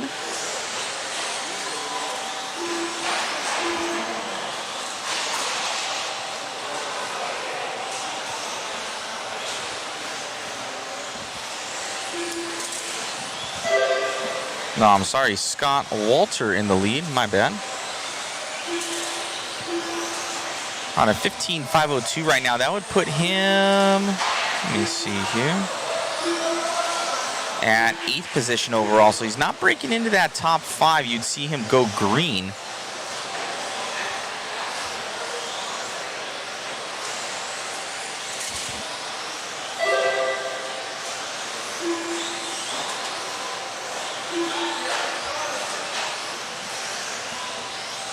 On that right-hand side. TQ Chef, thanks for the great coverage. Thank you, sir, for tuning in. Mother Matt, will you and Mod Media be covering the Roar Fuel Nats at HRCR in June? I don't know, Eric.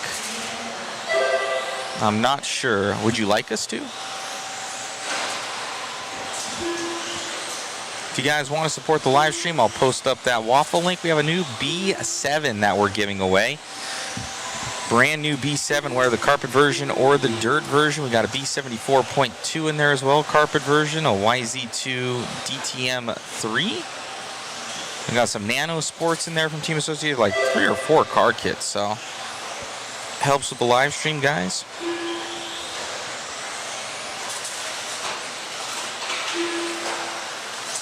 Isaiah Furrow, or gas truck nats there in July. Matt knows he wants to. I don't know. I haven't talked to Eider yet about the gas truck, and I think it's might be up to Roar in June.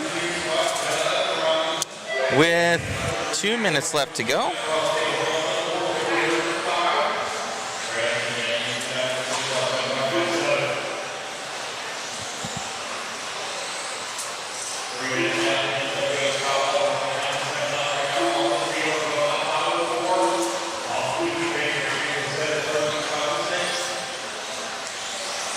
We got Scott Walter still in the lead of this one, doing work. On a 12.504, but he's still in that 8th place position. He really needs to get to that 13-lap run to get into that top 7.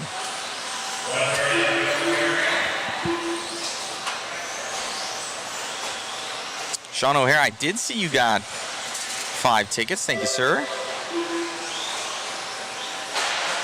What do you need to do to win the kits? You just have to buy 1 ticket.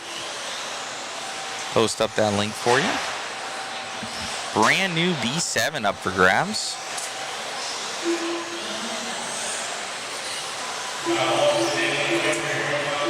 Hoping to see some mod crew at Walla Walla. We will be at Walla Walla. Tickets have been booked.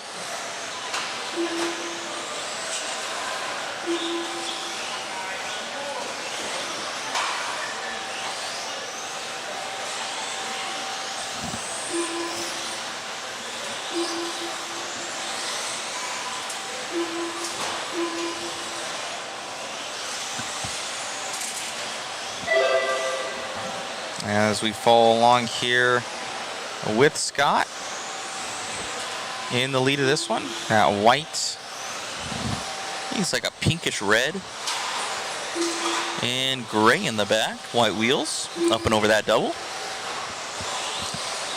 Stadium truck, one of my favorite classes, was what I actually started in. A double XT was my first car. What was your guys' first car ever that got you hooked into RC? Mine was actually I still have it. It's a Tyco RC truck. I still have it in my room. It was a Tacoma. I actually own a Tacoma as well.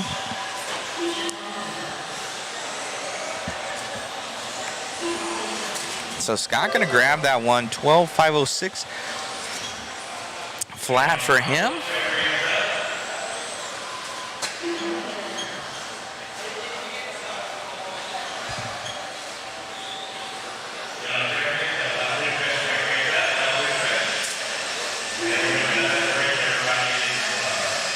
Right on. Great job, gentlemen. And we got the fast heat coming up from seating, at least.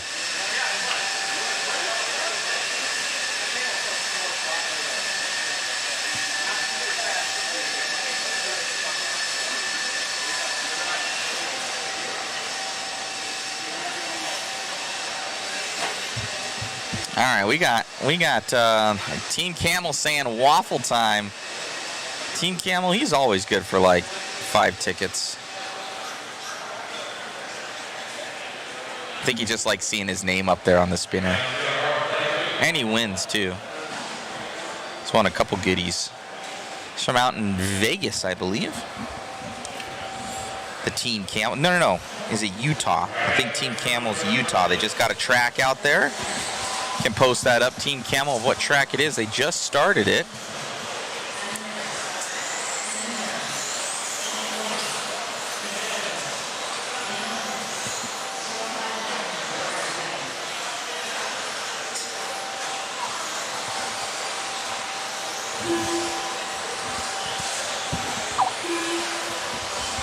All right, let's see here. We got a bunch of people. Our chat's popping. Chat's popping right now.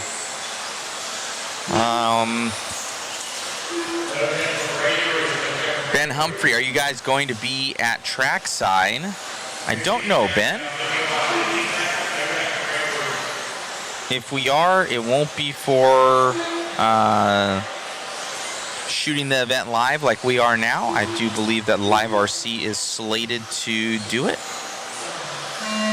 If we end up coming out to race, possibly. It could be. All of our tickets have already been booked, actually. So last minute changes though, and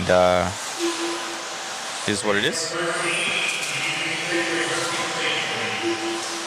All right, as we follow along with Talon Henley, he is on camera.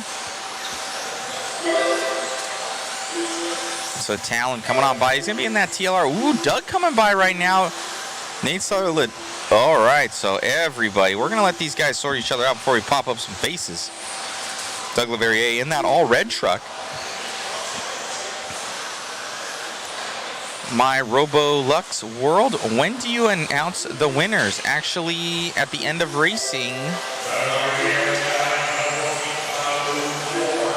on Sunday.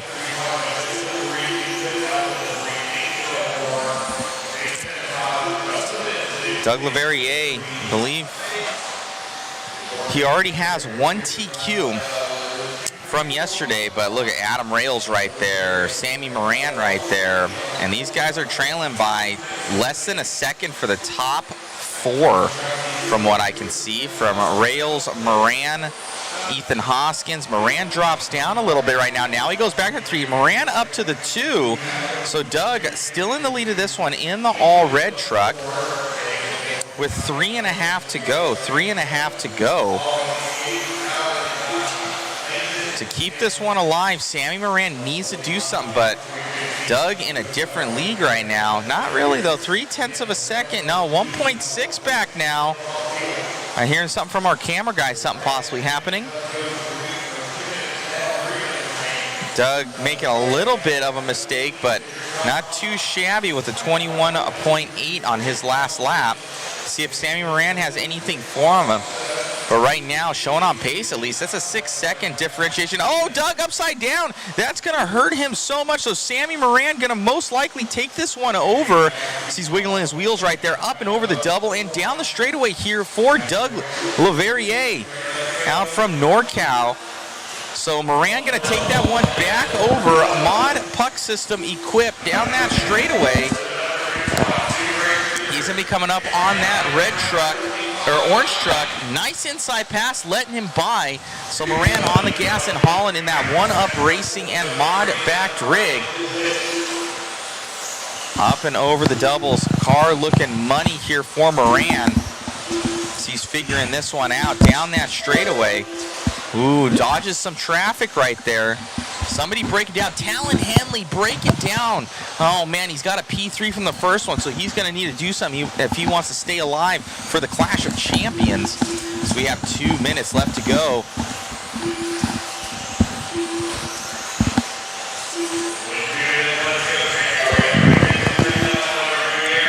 Down that straightaway. Here is Moran. You can see his paint scheme livery right there, though it isn't the buggy. Sammy coming around, 1:30 left to go. Mike Ward saying, Team Camel, same some waffle for me. 1:15 to go. You can hear the chuckles from our man Shane in the background. He's getting something to eat right now or something to sip on. I'm back. Right on. So Sammy Moran right now, Shane, out the lead of this one, down that straightaway. Doug, he had the first TQ, so Sammy Moran can tie him up on points right now, and they push it to a third one.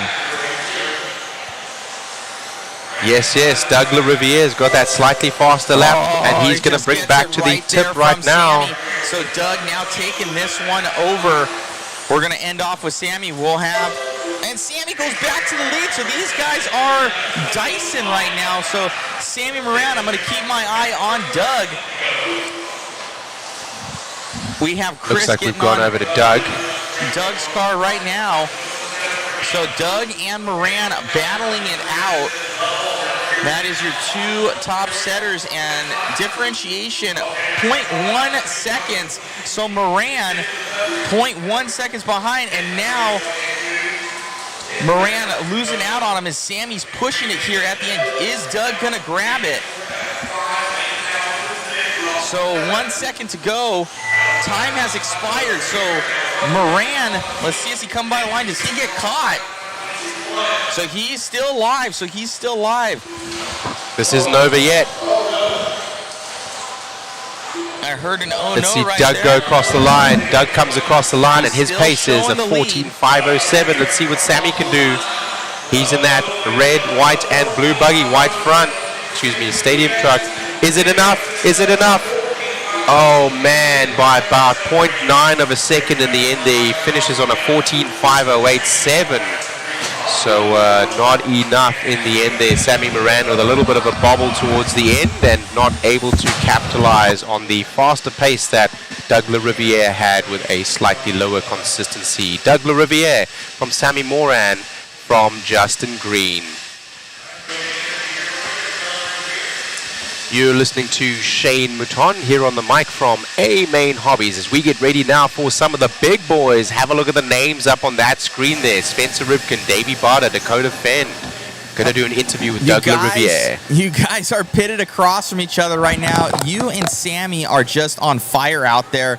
The smallest of mistakes making the difference between you two. Yeah, it's been good working with him now that he's running the one-up back to AE rides. We work well together, so that's fun, and we have a good time battling on the track. So it's nice to have someone in your corner that kind of understands everything, and then also you can give each other feedback and stuff. And we've both been working to get to the front in 2-wheel and 4-wheel, so that's kind of the goal. Right on, man. Best of luck. You kind of nabbed truck now. Are you going to go into Q3 with anything? Going to run it, or are you going to break in some tires? Yeah, I'm going to probably break in a set of tires, just when the track's a little less abrasive, trying to preserve them for the mains, and yeah, just go from there. Congrats, buddy. Thank you. Got it. Back to you, Shane. Thank you very much. Just a quick little tidbit of confirmation here as we're running the and how we're running the event. Are they doing a qual points or are they doing a FMAR combined time? It will be qual points, so it'll be your best 2 out of 3 rounds. All right, so let's chat about qual points as we get started here with this SXT Mod Stadium truck, and we'll keep it very short because we're going to want to go to the action here very quickly to get our drivers checked in, all of our pro drivers up in the stand. Qual points is going to refer to where you qualify, the fastest driver having a 0, the second fastest driver having a 1, and so on as you go down. The drivers with the lowest number of points will be the drivers with the highest qualifying times, and that will seed you for your main. So we were talking about FMAR qualifying. In fact, we are doing qual points, which is something that we have seen predominantly used at the Reedy Race, the Reedy Race of Champions, which was always done at OCRC, no longer open. Rest in peace, OCRC was a great facility.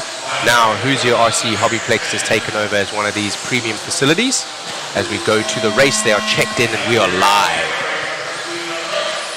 Big names in this one: Spencer Rivkin, Davey Barter, Dakota Fenn, Brock Champlin, Cole Tollard. It looks like they're working on Spencer Rivkin's car. He has an issue right out of the gate. It's a transponder issue, so nothing wrong with the car, but an electronic failure. They're trying to get that going. Not able to get that little light beeping there, and that little light, unfortunately, since it's not beeping, he's not able to get going, and Rivkin may need to retire from the stand. He's running down the stand. Let's see if they can get him going. So let's follow Dakota Fenn around. Dakota Fenn there with that pink front and white rear, yellow wheels. He's doing the first lap. He is the one to watch right now, as he has had some great runs in two-wheel drive buggy, four-wheel drive buggy, and this being Mod Stadium Trucks, sponsored by SXT. Yeah, so in the orange and blue, Dakota with the yellow wheels. Is that orange? Wow, yeah. It's orange. I think your screen might be a little bit in the lead here for Dakota. I do believe that he grabbed the first one. He was having troubles in Q1 yesterday making that triple. A lot of these guys, you'll see them kind of skying it out, just like barely making it. So everything kind of fatiguing in these cars later on through the run. So let's see if Dakota kind of mastered that, maybe changed up some gearing to make that triple. He still looks like he's butt puckering when he makes that last. Yeah, sure is here in the stadium truck. It looks like they're having to almost whip the chassis sideways just to maintain the air that they have. Of course, the stadium truck's a little bit different in terms of their body aerodynamics and weight that they carry in terms of, a little bit of a rollover there. Make those kind of mistakes right there. So Dakota Fenn going down. Can he make the triple? And he does. Oh, another mistake. That is so rare. Back-to-back mistakes in two corners from Fenn. He's going to be dropping down, so Davey Bott is going to take this one over and shooting up to the lead with Sontag in the 2 and Dustin Evans in that 3. So we're going to follow along now with Botta. What happened to Cole Tollard? He was set to take that top spot, and he must have had a bobble somewhere as well. We weren't watching that, but right now Bada is the one that we're watching. Bada in that green buggy, checkered rear with the yellow wheels. He will go to that P2 position right now. Sontag going to take over the lead. We'll get him once Davey comes by the line, see if he changes it up. So Bada does go back to lead right now, all the way out from Coyote Hobbies RC Raceway in Victorville, California. They also have this glued type surface track, so Davey very accustomed to this style track, and it's definitely showing. His car looking a little bit more able to take that triple. His truck looking pretty dialed. He was one of the few pros that we saw running his truck during practice, and it's showing right now. He's got his tires down and he's got his setup down. Oh no! Making a big mistake in that yellow car, getting the shaft on that one from the Marshall.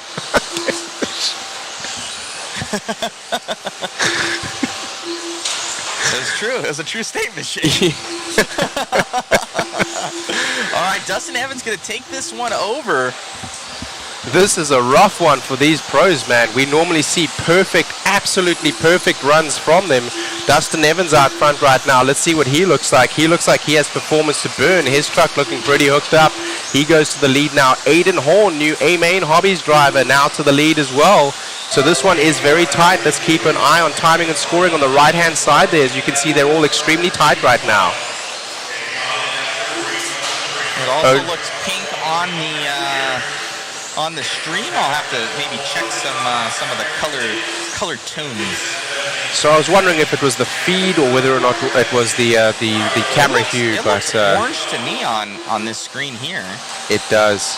So as I'm calling these, some of you that may be aware of the color schemes, I'm calling what you can see on the screen rather than what I'm seeing in real life. Otherwise, may be confusing. For example, that Dakota Fence buggy looks completely different. It's orange in the front, not in fact pink. I will check that out, but it looked good on here. All right, so we do have Aiden Horn. Yellow front, blue center, and orange rear. That looks like orange in the back of that. It looks a little bit pink on my screen over here, and the viewers might see pink as well. Let's see some comments down below if you see pink. We'll check that out. If not, it is what it is. Right. Up and over that double Horn in the lead of this one with 15 seconds left to go. So now we're following along with Bada. Oh, Bada with the mistake, but able to keep on. Oh, and that's going to be all she wrote here for Bada, as he was in that P2. He should have just kept the dream alive, but he's going to drop several positions, I'm sure. Probably at least 4. Oh, 5 positions for Bada.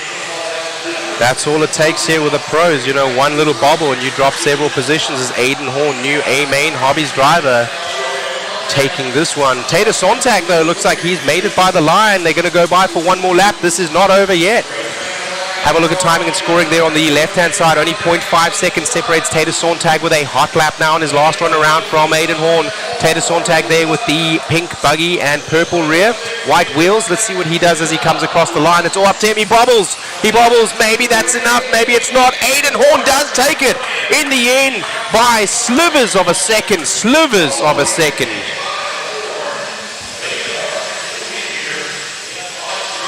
Timing and scoring updating there and actually ending up showing 1 second, 1.1 second the separation between Aiden Horn, Tater Sontag, and Cole Tollard. ProTech team driver Cole Tollard, powered by ProTech RC, a higher level of performance. We're going to go to an interview there. That was a good one.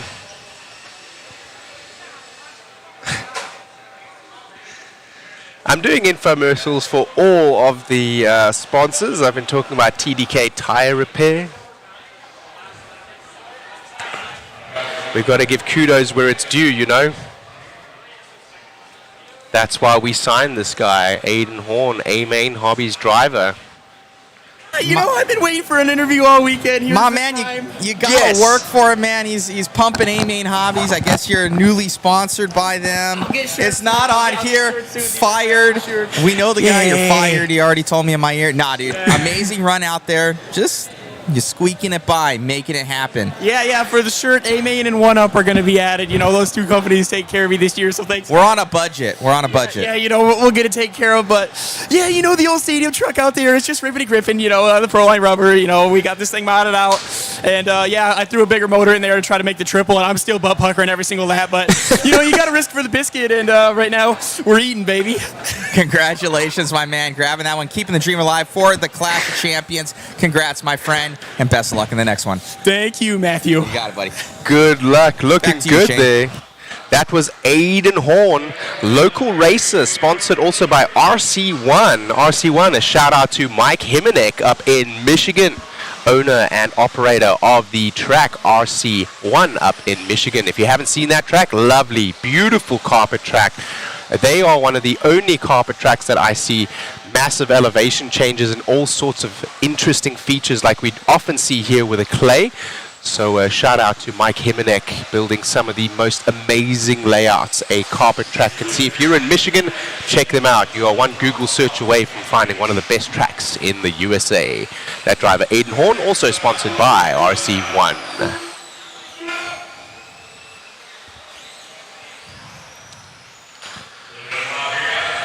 That was an exciting one, and the pros here showing that qualifying, despite the fact it was in fact a just a qualifier. We say just a qualifier. The pros are making it exciting and showing why they are the ones with the bits between their teeth, hanging onto those mod buggies as we've been talking about. As we go now to the Team Associated 17.5 Independent Two-Wheel Drive Buggy, Heat 1 of 4. This probably would have been my race.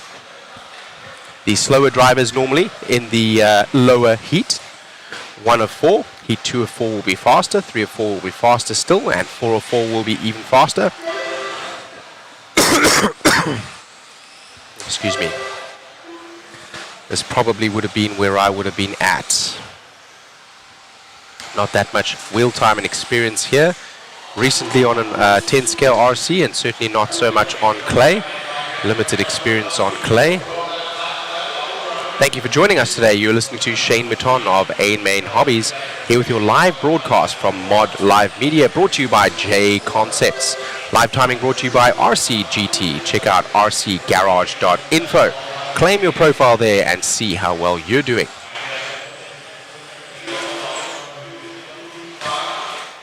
We're following Mike Hess right now as he goes over the Hobby Wing Triple. Mike Hess with that blue buggy and white strike through and white wheels. Mike Hess, a local hero here with Bobby Latrino, one of the local hobby shop employees, as well as help around the track here. Alton Henley, youngest son of Eddie Henley, owner of Hoosier RC HobbyPlex. Angie Henley's out front helping all of the racers get all the parts that they need.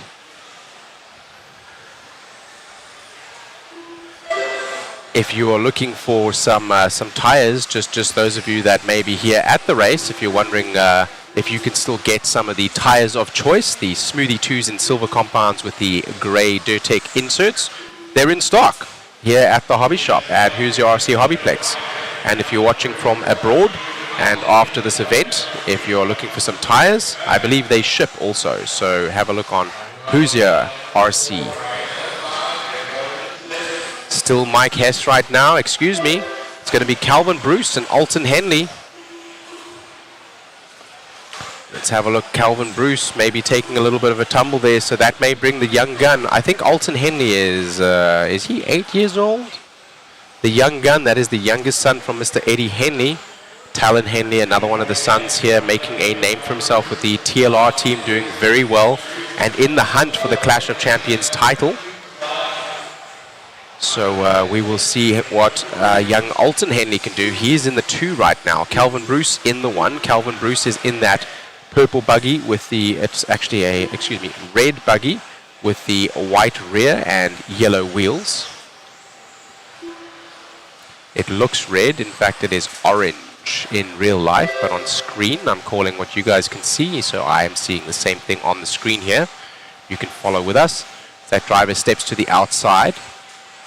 For those of you wondering, those positions are being given up essentially and allowing the driver to come through because they know that that is the leader. They wish not to impede him. and in doing so they will not destroy their own time defending against that attacking driver, which is faster than them, already ahead of them on the timing and scoring screen. But we will not be seeing that tomorrow and later today as we go through the mains, where they will be battling for position and those drivers will defend every bit of this clay that they can to prevent another driver coming by. Race number 14 of 40, 17.5, independent two-wheel drive buggy, heat number 1 of 4, brought to you by Team Associated. Team Associated debuting their B7 car here with 7 of the pros. Spencer Rivkin, Alan Horn, Aidan Horn, Brent Thielke, Davey Barter, all drivers with a B7. There are seven of them here. Kurt Wagner, another one with the car as well.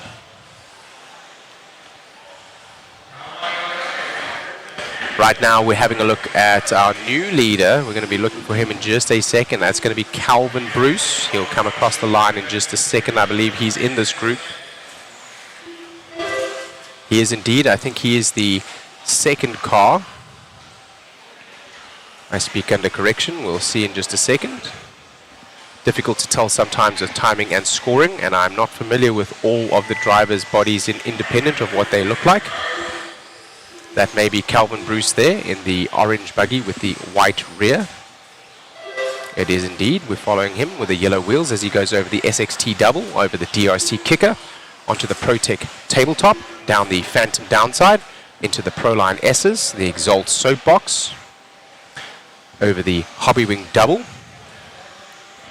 Double for them as they double and single out, and then a Team Associated double there. He elects to single that time so as not to get into the driver ahead and essentially prevent himself from crashing and losing time. He does win that one out with a commanding lead around 2 seconds, about 3 seconds actually, over Mike Hess, Bobby Latrino in the 3, Alton Henley in the 4, Brian Krul in the 5.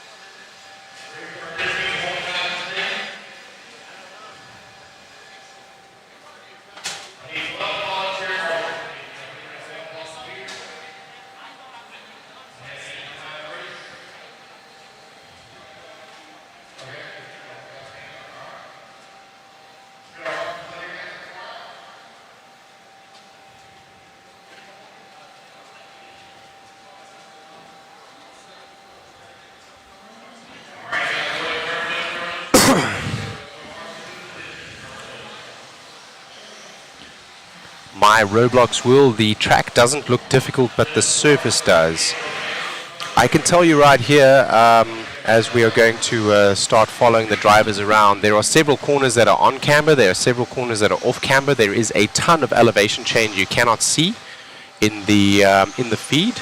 The surface being extremely high traction certainly does make it very difficult for you to find a setup that is going to work. Of course, you want to keep your suspension as soft as possible so that you can get as much traction as possible, but in keeping it soft, you may traction roll or you may experience the inside wheels picking up.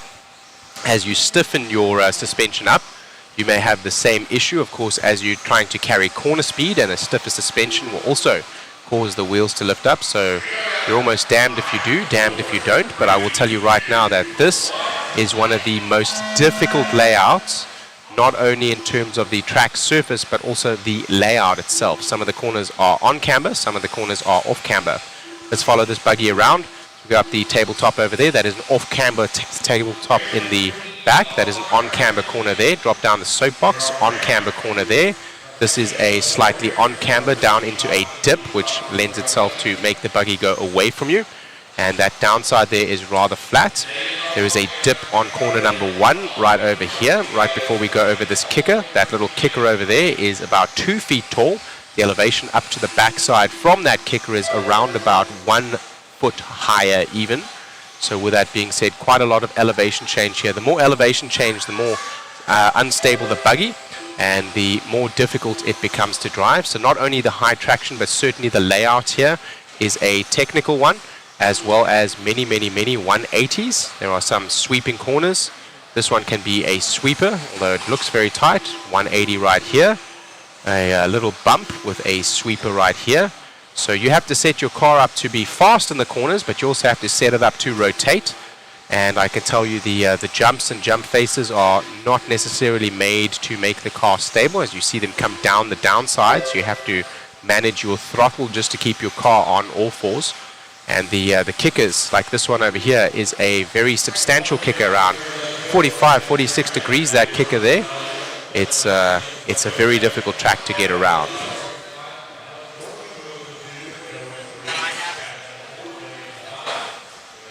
Isaiah is saying over here that Aidan Horn is a hoot in the interviews. I bet he is fun to race with. Absolutely he is, yes. Local racer at RC1. Anyone that races up there will know Aidan Horn well. He is quite a personality and a very fun gentleman to be around, a fun gentleman to interact with as well. He is like that in real life as he is in the interview as well. That is him showing his true colors, and here we are sharing the fun of RC with you. Essentially, that is why we get into RC, and why we all start this is we love racing, we love to have fun, and we form a ton of friendships out of that. So let's follow here Joe Fry. I think Joe Fry is there, Joe Fay is there in the, is he the white buggy or the pink buggy? I think he may be the white buggy. We'll find out in just a second as they separate there now. That is Joe Fay there in the pink buggy with the yellow wheels and the clear back. He's taking a little bit of a roll over as he goes over the DRC. it's Joe that has that funny profile picture. We went out and we took some profile pictures, did Matt and the photography team. And Joe decided that this is what he would have his profile picture be.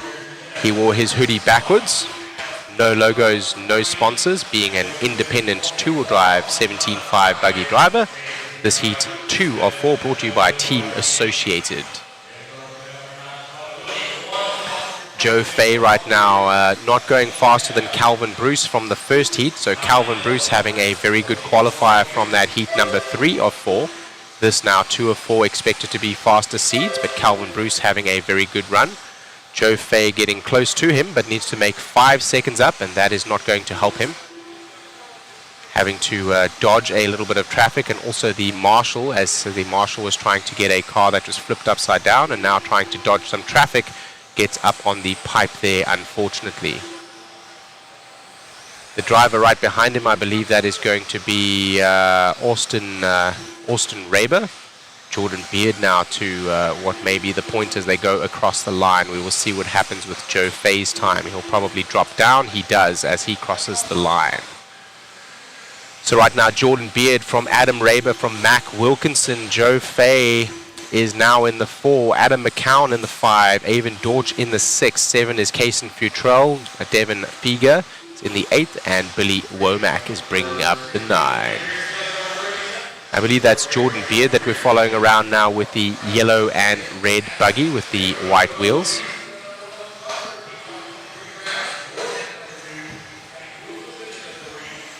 Or is that Austin Raber? That is Austin Raber. Austin Raber now fastest of this heat, but struggling are these to catch the previous pace of Calvin Bruce from qualifier number, heat number 1 of 4. And the clock is going to expire, and it looks like Calvin may be able to hang on to that. See if he does as they come across the line.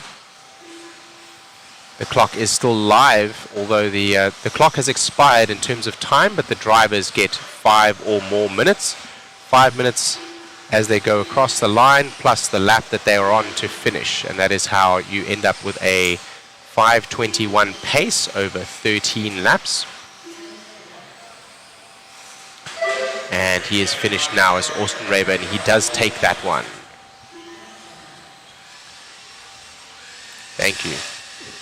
Adam Raber from Jordan Beard from Joe Fay. Excuse me for misspeaking there as Austin Raber. That was Adam Raber.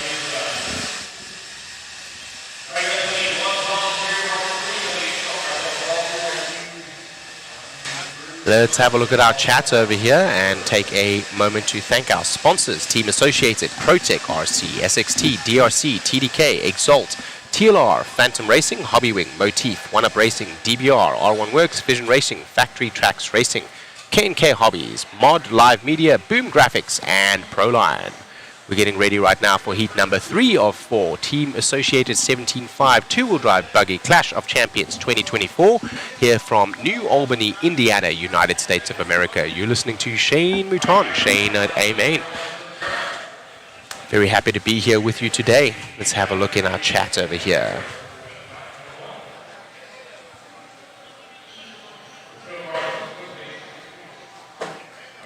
JConcepts, thank you for the live stream. The live stream brought to you by JConcepts. Live timing brought to you by RCGT.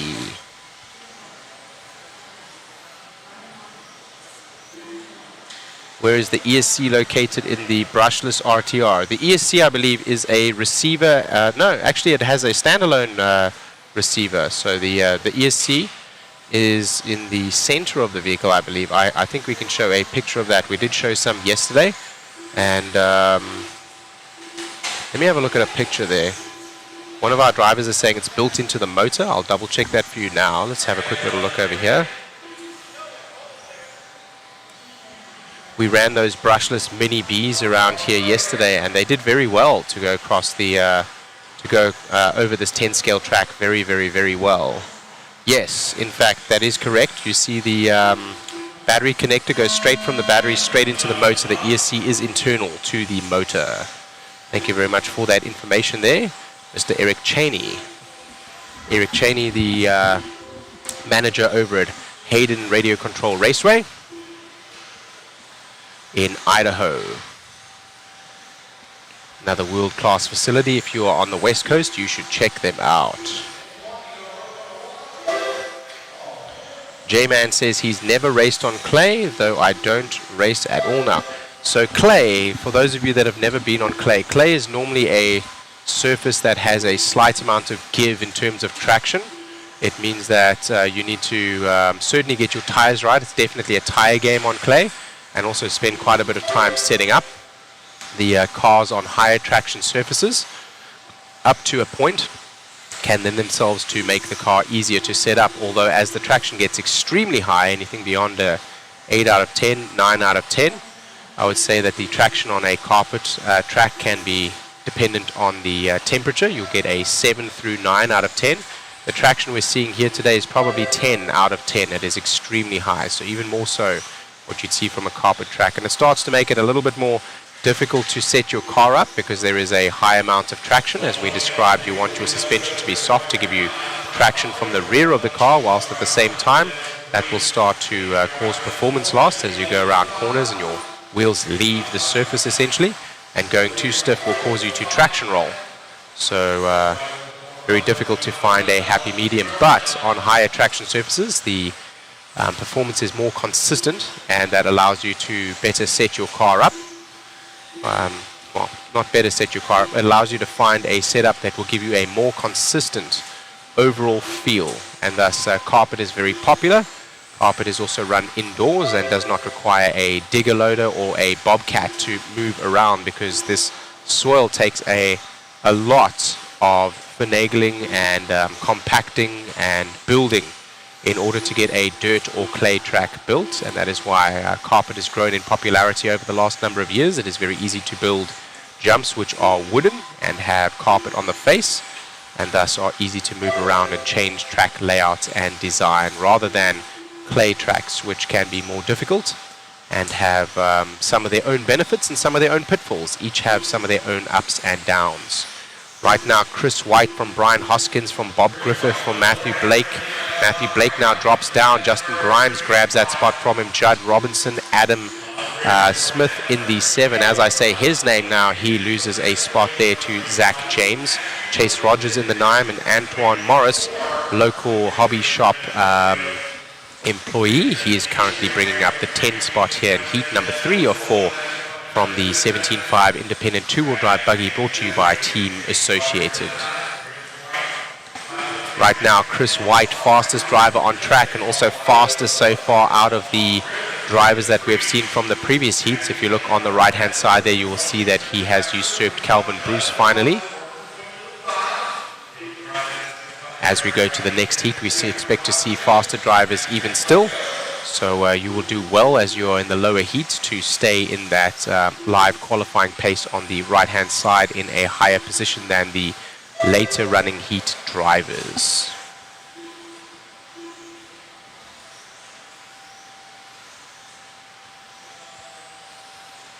One of 44 is saying he loves running carpet. Crashes tend to be a bit brutal though. And yes, that certainly tends to be the case. On carpet tracks, we generally see a very, very, very flat surface, normally concrete, that is laid down with carpet. The carpet is normally a black ozomite carpet that is used, normally they use CRC carpet. It's a pretty universal carpet, thus the surface is very universal between many of the racetrack facilities, and lends itself to racers being able to travel and thus take their setups all over the world and be able to run on the same carpet essentially. Temperature does affect that a little bit, but with clay, it can be very, very, very different. It depends on what kind of clay you have. It depends on what kind of traction compounds there are. It depends on whether or not they seal the track. All these things are variables that can affect the clay, the grip, the hardness, and so on. So the brutality that one of 44 is referring to there is, as you roll over or crash, it is normally a very thin layer of carpet, about 1 or 2 millimeters thick, and under that is normally concrete. The clay is a little bit softer in terms of having a little bit of give with some moisture in the clay.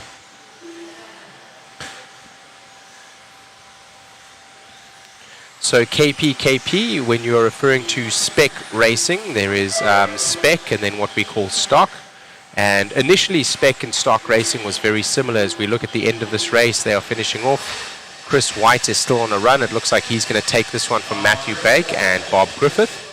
Let's talk a little bit about the term that is used there, spec racing, because this would be a stock class. A stock would be referring to the stock or blinky setting used on the ESC and a turn limit on your motor being 17.5 turns.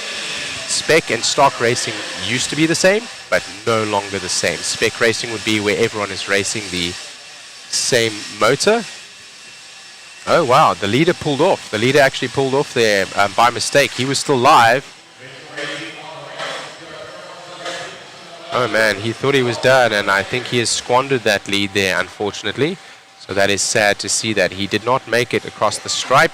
Well, he did make it across the stripe, and he needed to finish his lap. He thought he was done, and he pulled over. So he has lost that lead, I believe. That is sad to see. So spec racing. Spec racing refers to a spec or a specified chassis, a specified tire, a specified ESC, a specified battery, and a specified motor. Servos are normally left up to the driver. They can decide what they want, and you can change your setup in terms of springs and so on.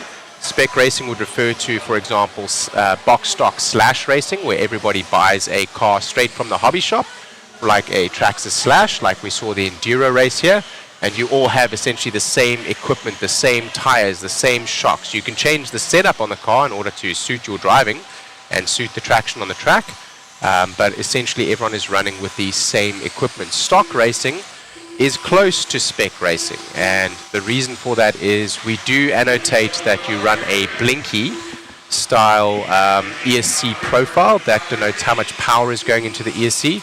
But ESCs, not all ESCs are created equal. We have Tekin, Hobbywing, Phantom, Motif. A lot of our sponsors, they make ESCs. Let's have a look at those, make sure we're not missing anyone there. Exalt, Hobbywing, Motif, R1 Works, all of those make ESCs, and not all ESCs are created equal. Not all ESCs are, and not all motors are created equal as well. The technology does come quite a lot into it. So now moving away from spec in that some motors have more torque, some motors have more RPM. They're all within the rules that are established in terms of the thickness of the winding and the number of turns that they may have. But the way that they squeeze performance out, some drivers may like a very torquey motor, which will benefit you on these 180 turns here, and some drivers will like a higher RPM motor, as we see a sweeper right there where that would benefit you there. So with that being said, spec racing allows you all to race the same equipment, and thus allows the driver to be against another driver. And essentially it is driver versus driver. It's not wallet versus wallet. Stock racing in the past may have become a little bit of wallet racing, because if you do spend a little bit more money, you can get a better ESC from the better manufacturers, and they are normally not cheap, and thus no longer spec and stock are equal.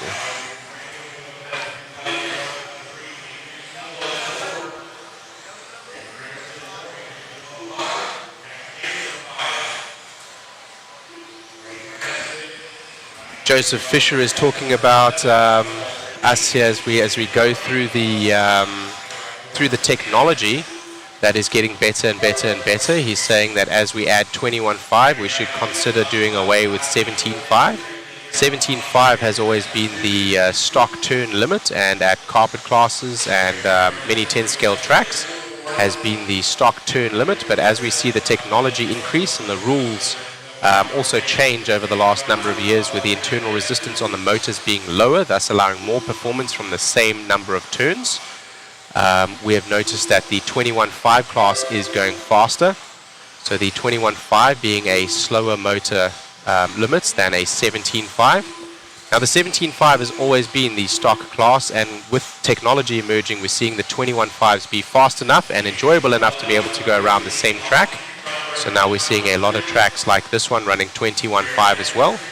I tend to agree but also disagree with Joseph's statement there that we should do away with 17.5. And I say that simply because of the fact that 17.5 has always been king. With the technology that's coming up, that allows us to go with a 21.5 turn motor and still get around the track well. And the reason why I would argue that it is beneficial to have a 21.5, it allows a 3-step tier process for drivers of different skill levels. You know, drivers are not either new or Spencer Rivkin, so you know you're going to progress, you know, from nothing all the way up to hopefully being one of the best out there. That is the goal, and that allows you a 3-step tier process to go up. 21.5 being the slowest, 17.5 being the next. Normally there is also a pro stock class, the pro stock class allowing a 13.5 turn limit, that allowing even another step up before you go to mod class. Now the other argument could be made that if we run 100 classes instead of having 17 of 40 heats as we see today, we will simply have 100 classes, each with 3 heats, making 300 races, and that would simply absolutely extend the program far and beyond what we would like. So condensing that program allows for a faster program and allows for more heats to be run.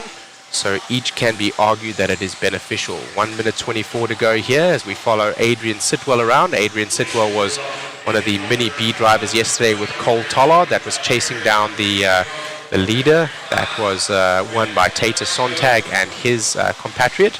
The average Joe that he raced with, he tried to make the move to the inside, didn't stick, got stuck on the pipe, but this time it's getting around very well. Josh Kinson out to the point. Sitwell retakes that point, in fact, so we'll continue to follow Sitwell around here. Sitwell in that red buggy with the yellow flames and white wheels. Right now it's Sitwell from Miranda, from Kinser, from Kramer, from Near, Jackson Near, the father to Jasmine Near. One of the young ladies that has been racing here with us and seems to be quite popular with our viewers.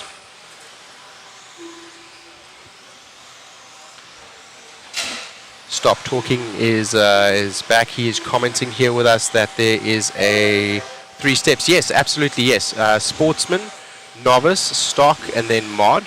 That could be 3 steps as well. I absolutely agree with you on that. So what Stop Talking is referring to is where there are not as many turn limits. What some tracks will do is they will run a 17.5 class. We see it here actually, where 17.5 class is split up into 3 sections. 17.5 is split up into independent, it is split up into expert, and then we also step up into mod. So it's split into 2 essentially, and we also have the same going with 13.5 stadium truck. And then with the 21.5, we only have an independent class. So essentially making an additional step, like I said, for the more novice racer to step in with a slower car, less demanding and less skill is required for a slower vehicle, and thus allows the novice driver to do well as they start. We'll go to an interview with Adrian Sitwell, and we will be right back.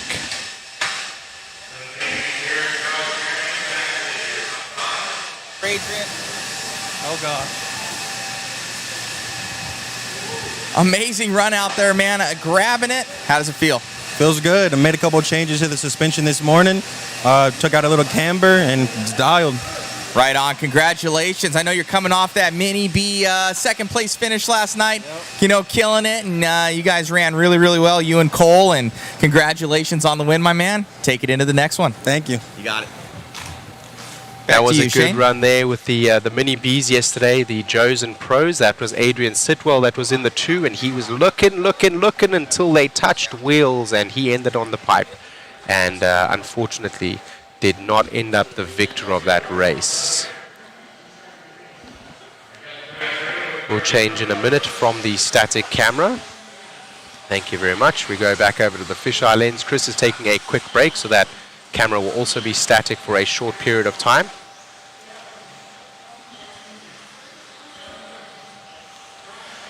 So let's have a look at the KP. I said that a third time. KP saying thank you for the explanation between stock and spec. Yes, stock used to essentially be spec when there was really only one manufacturer that we all ran. Or one really that gave us the most performance. Back in the day, it was Novak, and then it became Speed Passion, became Hobby Wing, and we had lots of changing of guard, and we have a lot of manufacturers now. As you can see, our sponsors, just looking at our sponsors in terms of electronics manufacturers, there is Team Associated, who has Reedy, there is ProTech RC, there is Exalt, there is TLR that has some of their Spectrum products, Phantom Racing, Hobby Wing, Motif, R1 Works. They all make electronics as well as ESCs and speed controls. ProTech makes servos and batteries to power those. ProTech, a higher level of performance.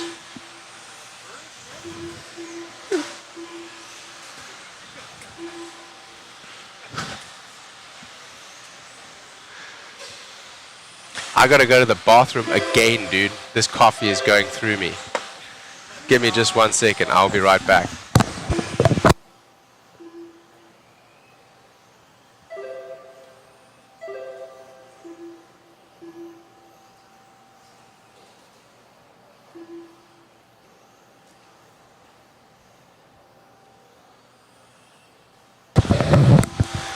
All right, we're back at it again, guys. We got Zach Castilum gonna be in the lead of this one. Now Cole into the lead.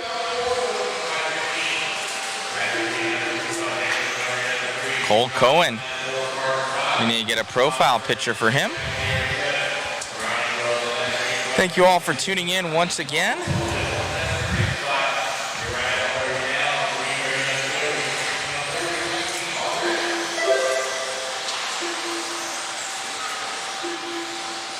Cole in lead of this one. We got Zach Castilum going to be in that P2. Jacob Montgomery in the 3.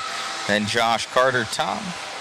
Jasmine Neer, Brian Kroll, Jonathan Paul, Nolan, and Will.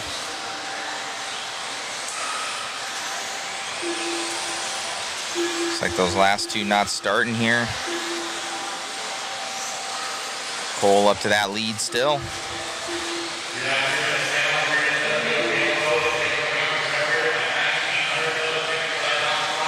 Thank you, Kevin Klein.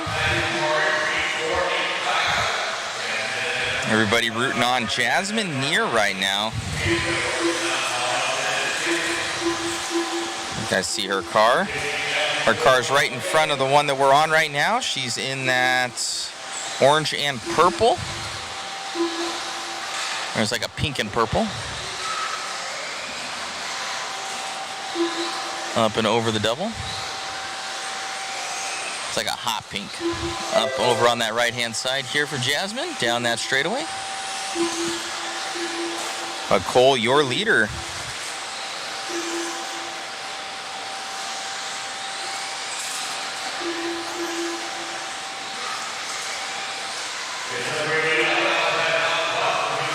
Isaiah, have you seen any Techno four-wheel drive buggies there, Matt? Actually, our cameraman is running a Techno four-wheel drive buggy. Victor.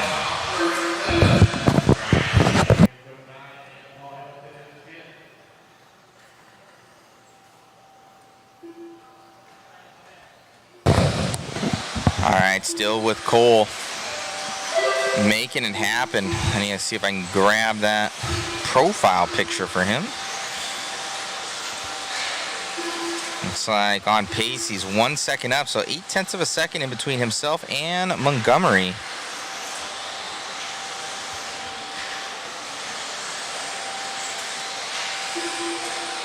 Down that straightaway here. Let me see, does Zach still have his... I don't know what team Zach's on right now. He still has his team associated car there. Here for Cale Cohen. Still your leader down that straightaway in the all-white car.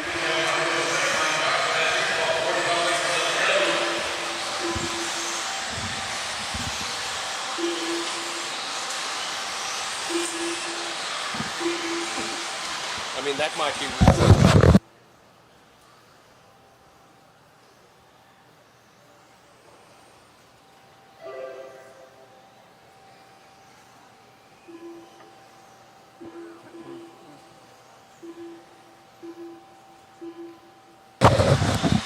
All right, still Cale in the lead of this one. I'll transfer back over to our hot shot announcer.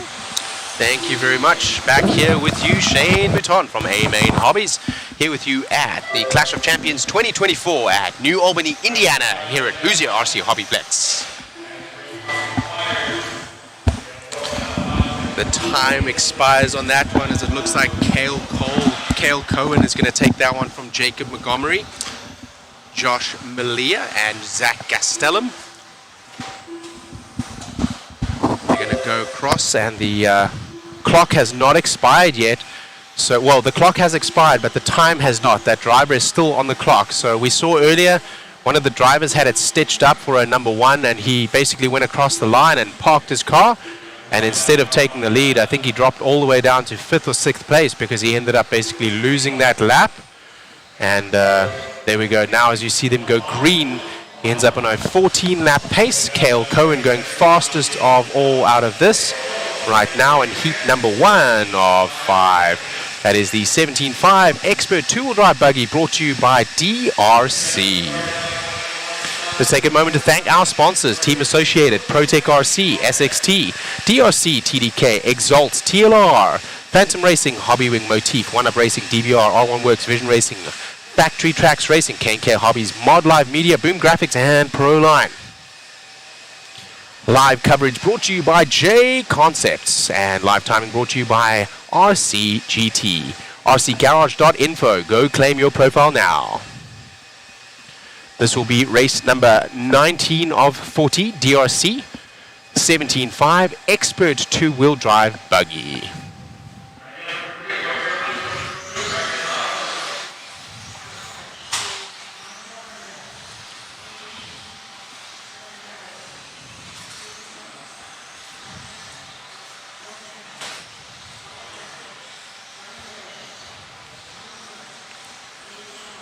Alrighty, let's have a look over here at the chat, and we're going to get back to just quickly chatting as they get checked in and practiced. We're going to get back to chatting about spec racing, different classes, sportsman, novice, and pro stock or pro. So in some racetracks, what they will do is instead of having motor turn limits, they will keep it as the same class, being a 17.5 turn motor. You'll have a novice class, which will be all of your novices. You will have your sportsman class, which are your slightly more experienced racers, no longer novice. And then you will have an expert class, or a pro stock class, as it is called in some places. And that will allow you to essentially be with a same setup and same car and same turn limit, thus not having to spend money to change classes in order to buy a new motor or new ESC or anything like that, but race at different skill levels. So that is another way that sometimes the races are, or the tracks decide to split up their classes and skill levels rather than a motor turn limit. As we get started with this one right now, heat number 2 of 5 in 17.5 Expert two-wheel drive buggy, brought to you by DRC as they go over the DRC roller.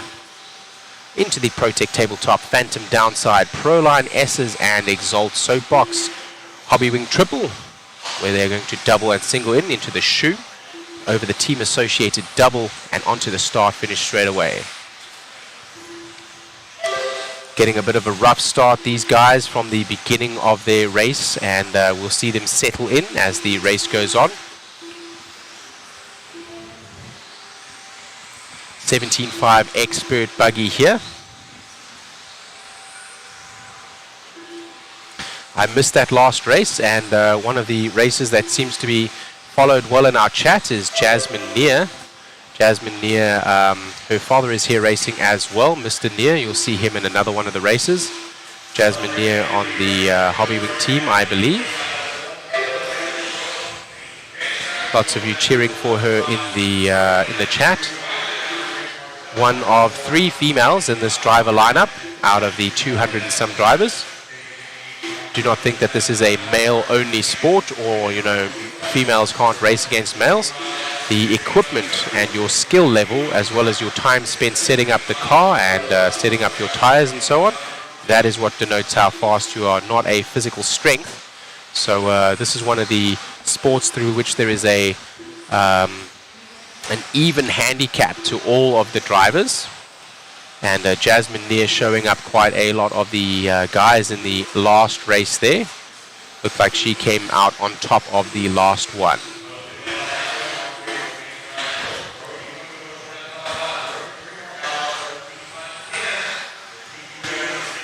So Isaiah Farrow over here talking to what they're doing at HRCR, which is Hayden Radio Control Raceway out in Idaho.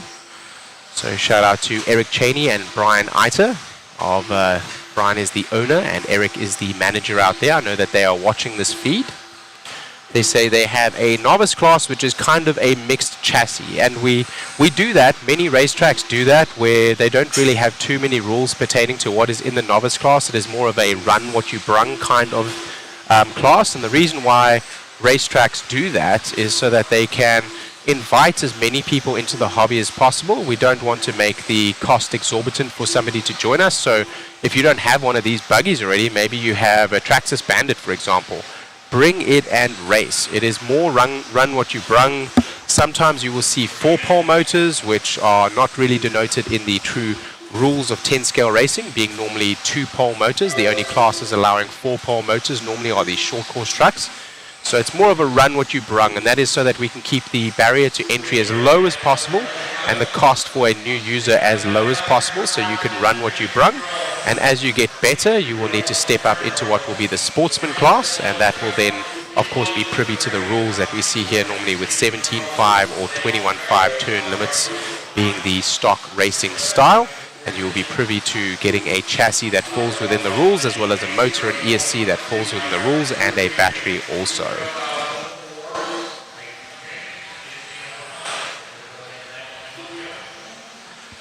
Isaiah, I very much enjoy that additional step there. I know some would say, and some would argue, that condensing the number of turns would make it easier for a driver to change. Classes, essentially going from novice to sportsman up to experts. If they are all 17.5, it means that you're simply getting better with your setup and tires, and essentially your skill level is increasing, but there is no level of money spent in terms of changing your ESC or motor to be able to run that additional turn limit. And the argument could be made that that is better and cheaper for the RC racer. The next argument could be made that the different turn limits allow for different speeds as well as different demand from the drivers. So each racetrack is going to decide how they want to do it. And the additional step that I was referring to there is the Pro Stock step, which sometimes the Pro Stock step allows you to run a 17.5 with open settings on the ESC. Sometimes they step it to a 13.5. 13.5 often just classified as mod. Anything beyond a 17.5, anything lower than that makes an open motor, and you can choose what you wish.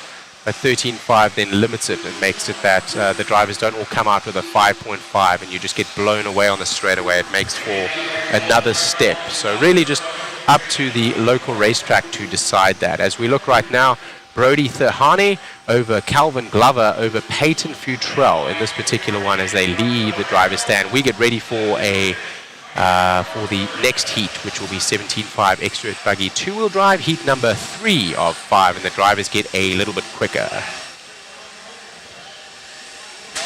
That first heat, though, able to keep 1, 2, 3, and 4 in the overall qualifying, so they did very well. Only Brody Thurhame able to come up on that screen as a faster than number 5 driver than the previous heat.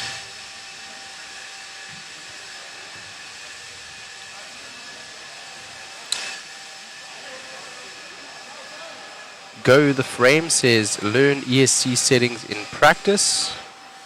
Fast stock motors are stupid enough. Yes, I will agree with Net Cruiser, and again, you know, it really depends on the local racetrack. So what you should be doing is checking with your local racetrack to see what they're running, why they're running that. They obviously have reasons for why they choose what they choose, and one brush cannot tar all. As we see across the USA, we see a lot of demand. Some places have ET, which is electric truggy, 4-wheel drive, 10 scale running. Some places you don't see a single one of those. Some places you see a ton of 2-wheel drive buggies. Most places you see a ton of 2-wheel drive buggies. Some places you see some 4-wheel drives. Some places you see some stadium trucks. Some places you see no stadium trucks. So really just is up to them. We have slash classes at some places. We have mini B classes at some places. There is a lot of difference across America and across. Essentially, the racetrack is going to take what the local racer wants, and they listen to their local racer, and they try to run the classes that the local racer wants to run. We always said over at Silver Dollar Raceway that any 4 makes a class. So if the 4 of you come out and you want to race Kyosho Mini Zs, and they're going to make it through the track, and they can do it on that layout, bring your Kyosho Mini Zs. Now, of course, that's not going to happen. The Kyosho Mini Z, very small, and an on-road car is not going to make a jump. But just as an example, any 4 could make a class. It looks like we just shared the waffle again, so if you want to get involved with the waffle, a big news and big chatting point over here has been the team associated B7. If you'd like to win one of those, you can win one for $20. Timing has gone a little bit wonk, so we have just taken that off the screen. Apologies, not trying to strip you of information, but we will get that back very soon.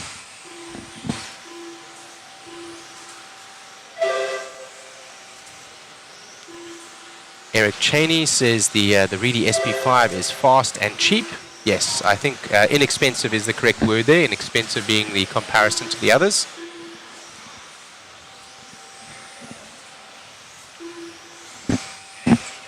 Eric Cheney from Hayden Radio Control Raceway out in Idaho. Thank you for joining us in the chat. He's one of the track managers and hobby shop managers at that particular racetrack, or should I say the manager out there. So he could speak to how they split up the classes and so on. If you have some questions, pose them in the chat. Say Eric and semicolon and your question, and you can ask them there what they do at their local track if you'd like to go and race down at Idaho. If you're not in Idaho, Google local hobby shop and look for your closest radio control raceway and give them a call. Go visit them. Go watch the races. Do not buy a car just straight out of the box and expect that car to be run there. Many of the classes that you may see run at different tracks may not run at other tracks. 2-wheel drive buggy I think is pretty safe to go and buy a 2-wheel drive buggy if you want to do that. My favorite is 4-wheel drive buggy, but you don't see that run at every single track. We just don't get always enough entries. So with that being said, I would highly recommend that you always check with your local hobby shop where there is a racetrack and what classes they are running. Let's go to the race here as we are 2 minutes into this 5-minute qualifier right now. Adam Rails is on rails again as he is right now in heat number 3 of 5. 17.5 expert 2-wheel drive buggy. DRC is the one that sponsors that. Over there they go, the DRC kicker.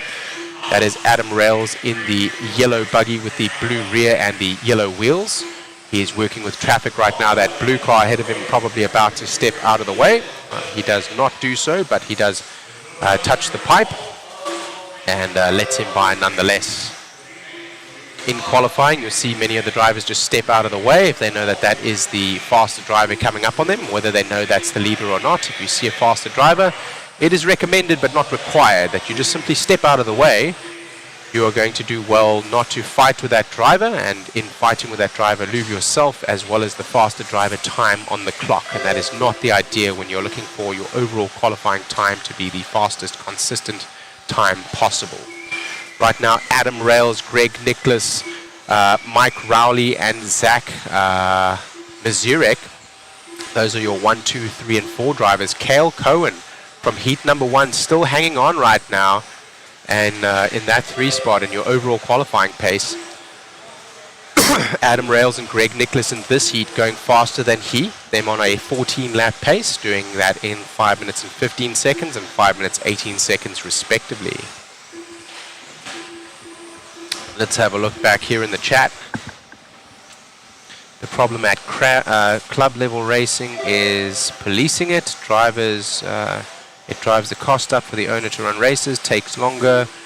Yes, absolutely. Agree with that. So when he's saying that you need to police the,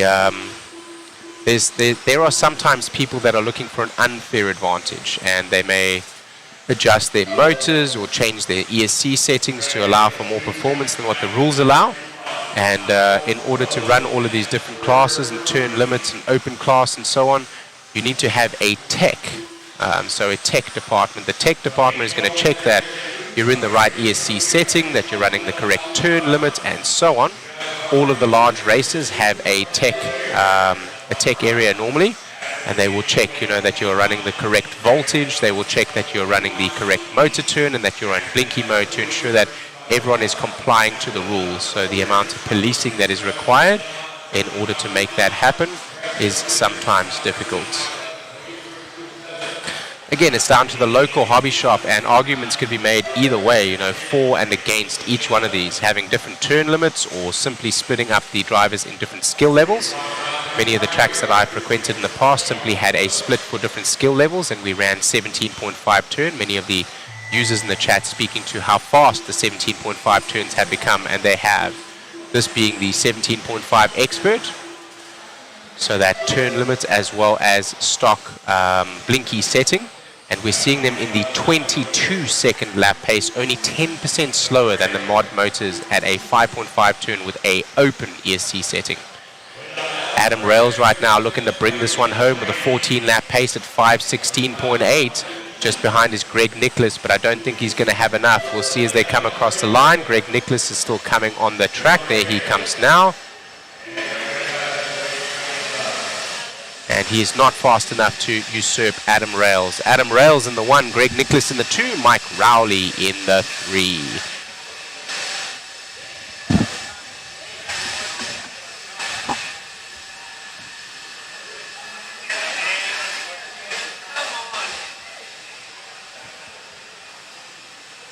So we've been talking a lot about electronics, motors, settings, stock class, spec class, and so on. In the chat right now, many are referring to the chassis and the benefits that you can get from the chassis.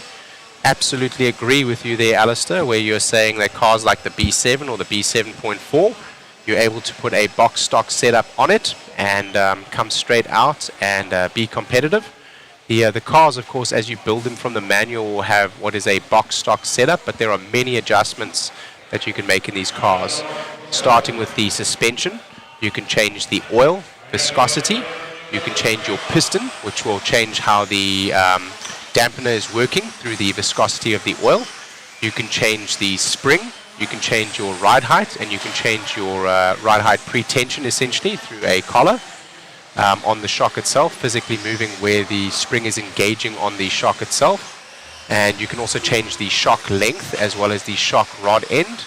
And then that is just in the shock itself. Then you can change the shock position. There are several positions on the shock tower, normally 3 to 5. And there are normally some positions on the A-arm, which allow for a different angle.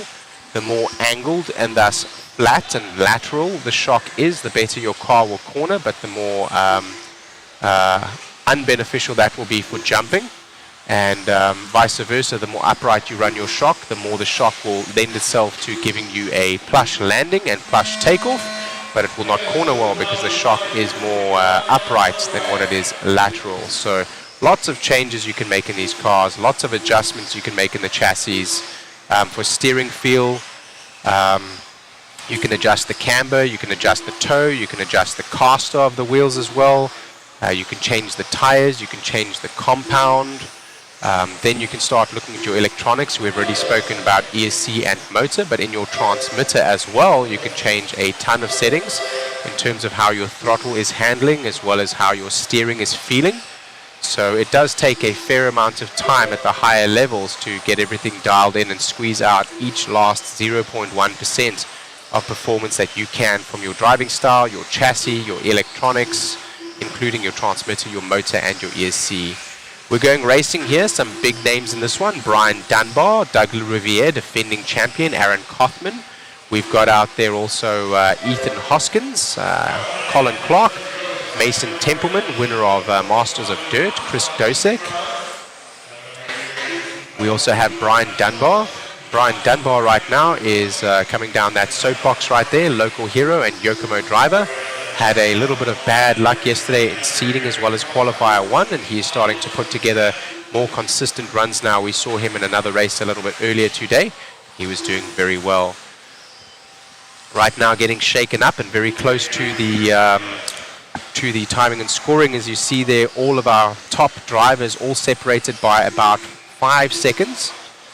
So Ethan Hoskins running a 14.509 pace, and your 5th driver running a 14.515 pace, so about 6 seconds separating all of them. That is 1 bobble, and that will take you from 1st down to 6th place. These drivers all right now in heat number 4 of 5, essentially for the B main, will be going faster than all of the other heats that we have seen, and our next heat we expect to see even faster. Right now, the defending champion, Doug LeRiviere, is the one that is out front in terms of timing and scoring. His fast lap right now, a 21.6, faster than that of Dunbar. Dunbar yesterday had some faster laps, but was not able to, with a little bit of bad luck, some electronics issues, and so on, able to stitch together the consistency. Right now, Doug LeRiviere is bringing the fast lap as well as the consistency, so we'll follow him around. He is that buggy going down the Exalt soapbox right now and going to the shoe and the team associated double. That is the red front and white rear.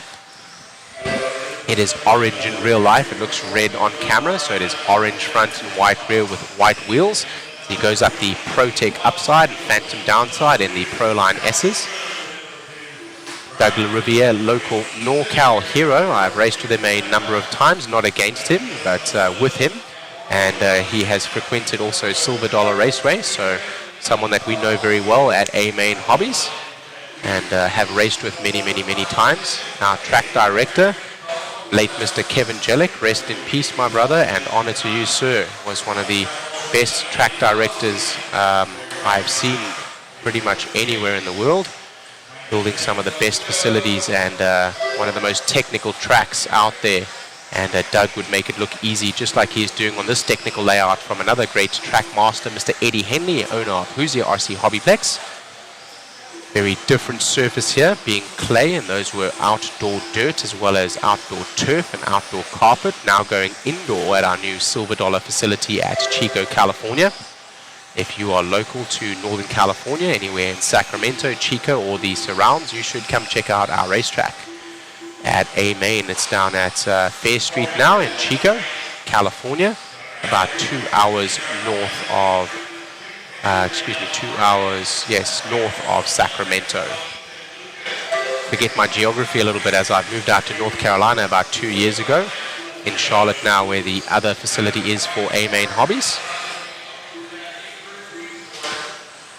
Still following Doug LeRiviere around as he's on a 14-lap pace right now in a time of 5 minutes and 6 seconds.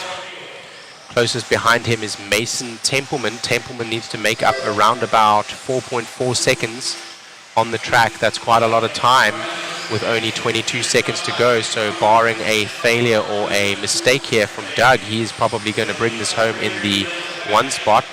Still the fastest driver out there, 21.4 second lap time. Templeman now having usurped Brian Dunbar for the 2nd spot, also in speed as well as consistency, as we are measuring here in FMAR qualifying standards. The clock does expire, and with the amount of time it takes Doug to get to the line, I expect this will be his last lap as he goes over the Hobby Wing triple into the boot, around to the team associated double onto the start finish straight away and across the line.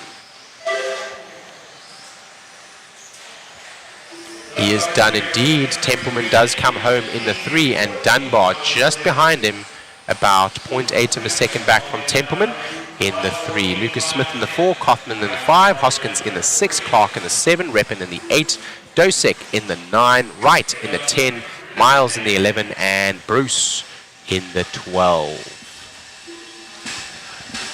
Moving on to the final heat here, 17.5 Expert 2-wheel drive buggy, heat number 5 of 5, and we're going to see up here right now local hero Talon Henley, and that is the son of owner Eddie Henley here. He will be one to watch in terms of the competition for Clash of Champions. He has certainly been very fast in his TLR racing rigs, sponsored and supported also by Mod Designs, running that Mod Puck system.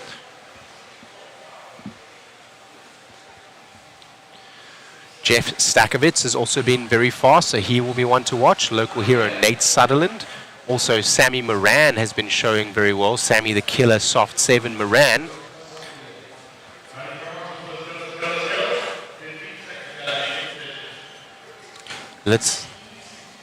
I cannot see that.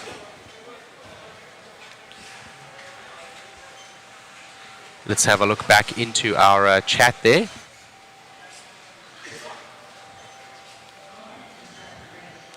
Yes, Mr. Matthew, a shameless plug. Yes, we have to get all the advertising that we can get, not only for hobbies, not only for hobby shops, also for racetracks, but for facilities. I believe it is sometimes difficult to find the correct information and find yourself a facility at which you can race. For example, myself, before I joined A-Main Hobbies, I had absolutely no idea of the stature and size, as well as a number of races that compete in RC racing, nor the facilities. When I was a kid, I had a King Blackfoot and a Midnight Pumpkin, and if we had 4 races and somebody with a wooden BMX, jump that they had made themselves in their own garage, and somebody to count lap times for us, that was a big racing day for me, So today here to see over 200 physical drivers here with over 430 entries across the classes, absolutely gargantuan. So I want to help to promote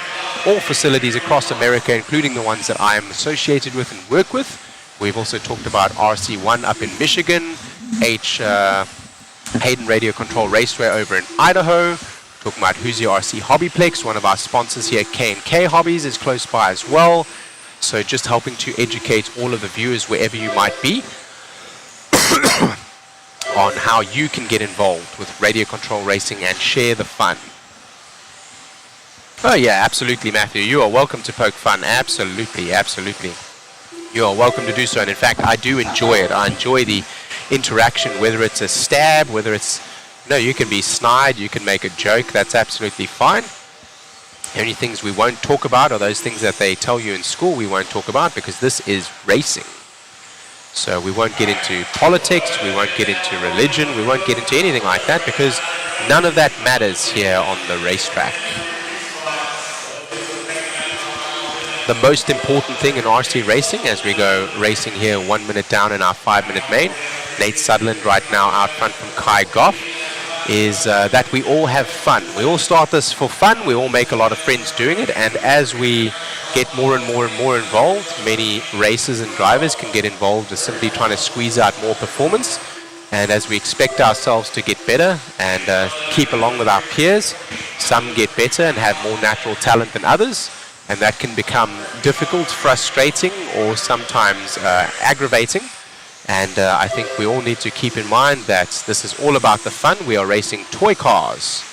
And even the pros, you'll see them up on the stand. They're laughing, they're having a good time, they're friends with one another, they're social with one another.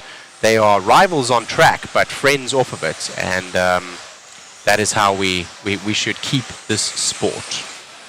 Still Kai Goff right now from Kyle Go. Damon Smith in the 3, Talon Henley in the 4. He's got some work to do right now. We said he was going to be looking at the Clash of Champions stock class title, possibly as being one of the competitors.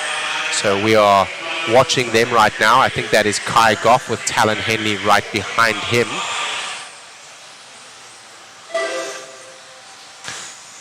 Talon TQ'd in yesterday, and he's sitting in the 4 right now, clawing his way up to the 3, so a little bit of work to do. I believe that is Talon in the second place on the camera feed as we are watching right now. It is another car similar looking to his, excuse me, that is not him.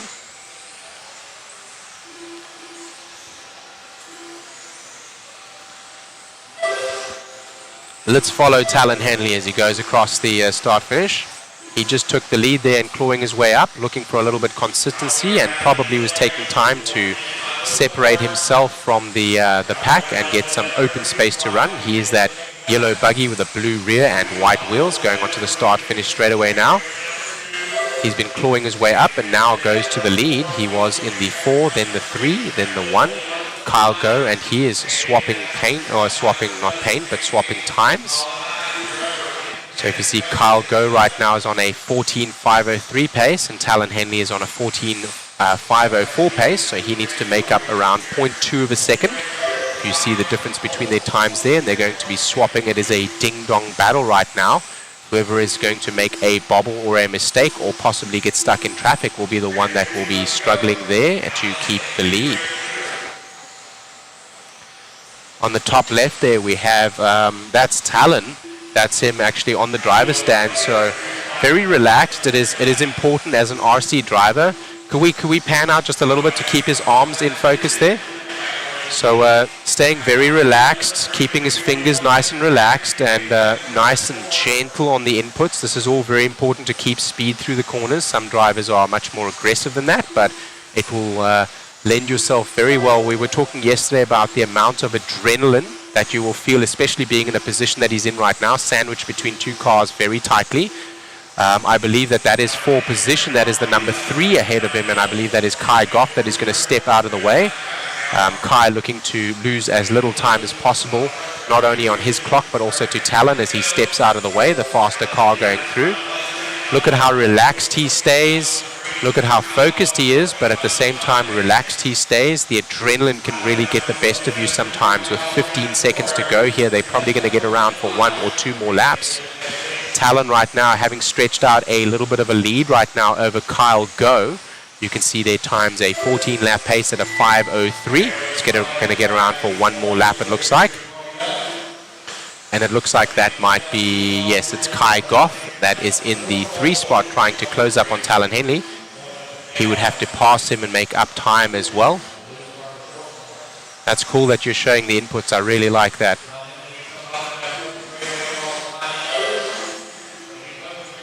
There we go. You'll notice that a lot of the drivers over here are not using the brakes very much. That is because they're using a drag brake. The drag brake is when you come to neutral position on your ESC. Neutral position on your throttle, and that neutral position will essentially automatically apply some brakes. That is one of the settings you can run in your ESC. Talon Henley does come away with that one from Kyle Go, and Damon Smith in the 3. Sammy Moran in the 4.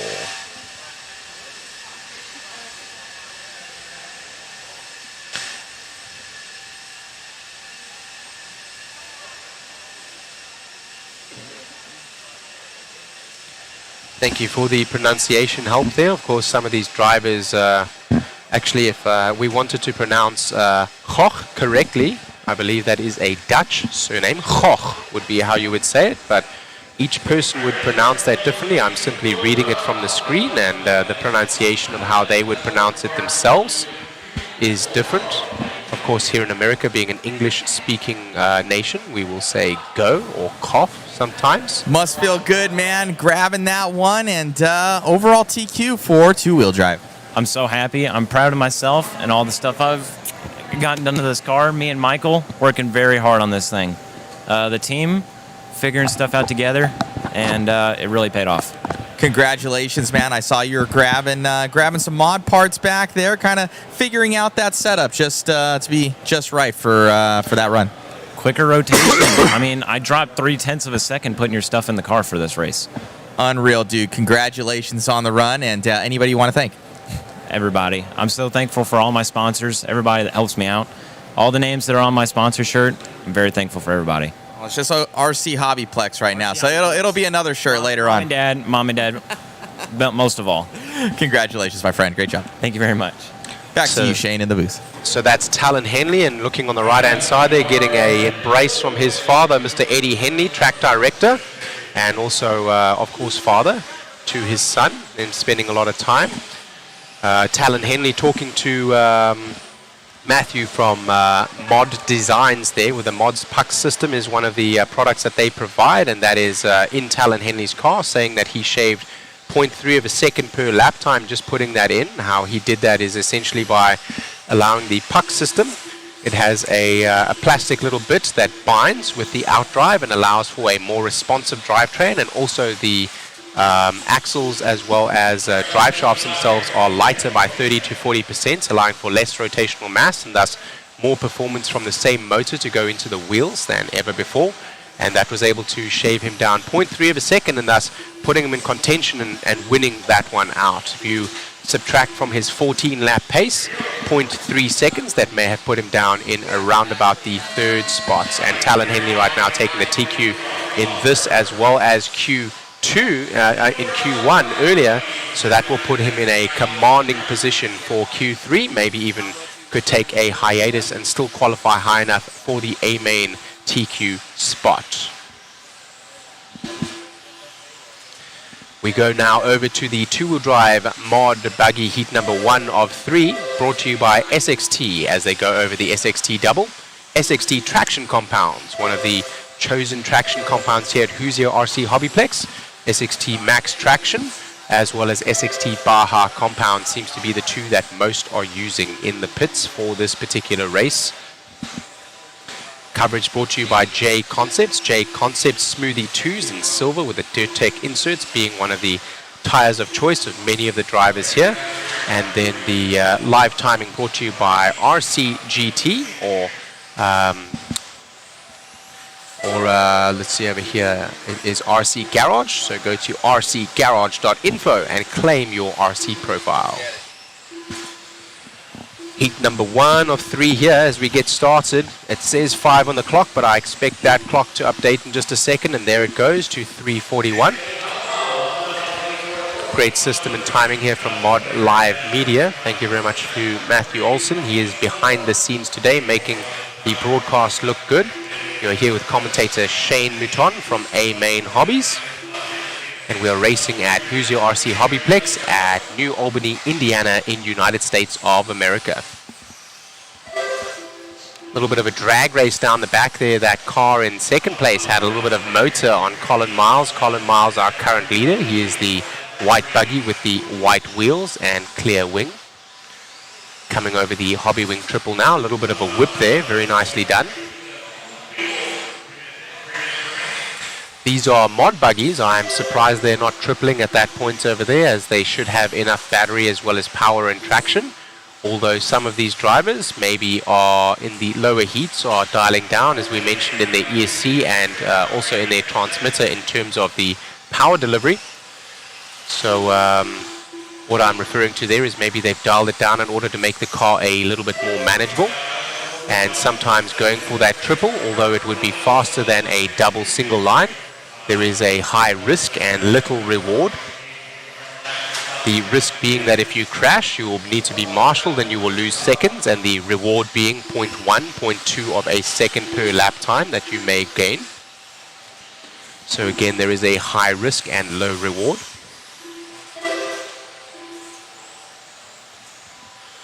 If you guys are watching in the chat, I would like to give a shout out to all of your local raceways. So I see Mr. Matt Raymer there giving a shout out to his local racetrack, Finish Line Hobby and Raceway. There is 2 Finish Line Hobby and Raceways that I'm aware of. Which one are you at? He says he is in Northeast Indiana. So let's have a look over here.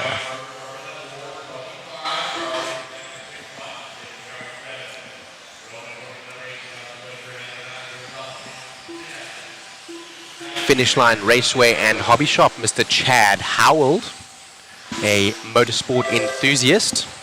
I believe that is the racetrack that he is referring to there. They're over at 107 East State Road in Hudson, Indiana. not too far away from this racetrack. If you are listening or watching Mr. Chad Howell, come and visit us if you're close enough here at Hoosier RC HobbyPlex in New Albany, Indiana.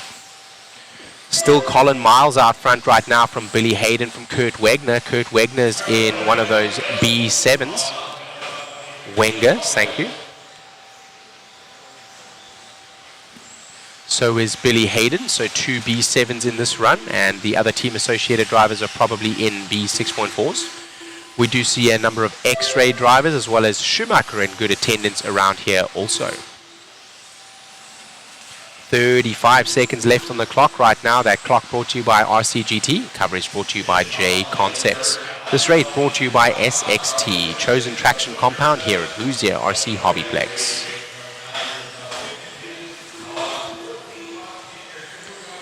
Let's have a look at the chat and let's see who is calling out their local hobby shops. Danny Fox is giving a shout out to all my guys at A-Main. Hey, what's up, Danny Fox? Thank you very much. Over at the A-Main Retail Hobby Shop, as well as Silver Dollar Raceway, and now also soon to be the Fair Street Raceway. I believe we brought the name of Outback Raceway back, so shout out from A-Main Hobbies, Outback Raceway, and Silver Dollar Raceway over in Northern California in Chico. If you're near Northern California, Google A-Main Hobbies, give us a call and we'll tell you how to get down to the local racetrack, when we race and what classes we race. New track director, Mr. Sean Clovis, is in charge of that now. Sean Clovis, our long-time associate at A-Main Hobbies, one of the media managers as well. He helps to print a lot of the chassis protectors and so on, and has done that hands-on for many years, and is also a design specialist. Colin Miles takes that one from Billy Hayden, and in the 3 there was Alan Horn. Stepping up now, some bigger names: Aaron Kaufman, Cole Tollard, Joe Bornhorst, Dylan Raposo, Kai Goff, Ethan Mechanic, Brent Thielke, Mason Herrick, Paul Ciccarello, and Lucas Smith. Riley Becker also is on the stand. Looking forward to Pro Source Raceway also opening. Pro Source Raceway. That is a shout out there from Go the Frame. Almost said something else. Could be read as something else there. Let's have a look over here. Pro Source. I'm not sure where Pro Source Raceway is. Give us a shout out to where they are, please, so we can let the racers know. Of course, many of you watching in streams from across America and across the globe. Some of the viewers, Exact 101 is up in Sweden, 144 is in South Africa, some called out from Australia, London, UK, some were in Ireland, some were in Wales. We had a Italian call out yesterday as well. Wesley Napier shouting out to his local track at Hoosier RC HobbyPlex here at New Albany, Indiana, live from your broadcast today here with Shane Mouton from A-Main Hobbies. Great to be here with you today as we get started for this next heat up here. Do you have a quick minute again, Mr. Matt? Alrighty.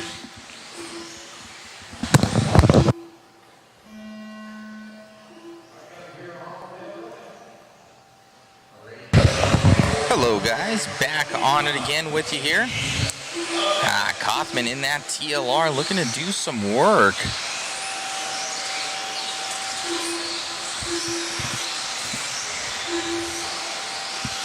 Over 430 people watching right now. Right on, guys. Thanks for the support. Be sure to share, like, and subscribe. Looks like Mason Herrick going up into that P1 position here early. Now Cole Tollard into the lead. So CFT into the lead of this one in that TLR 22.5.0. Be dropping down. He's going to be in that yellow and pink car down the straightaway. Looking good here for Cole.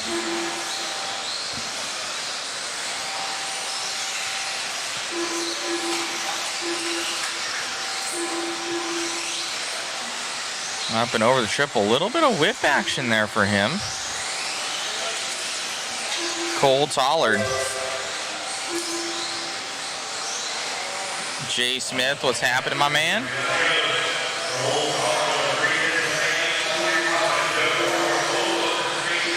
Oh, getting on 2 wheels there for goal. Oh, that was a little pucker moment right there. I want to see that one.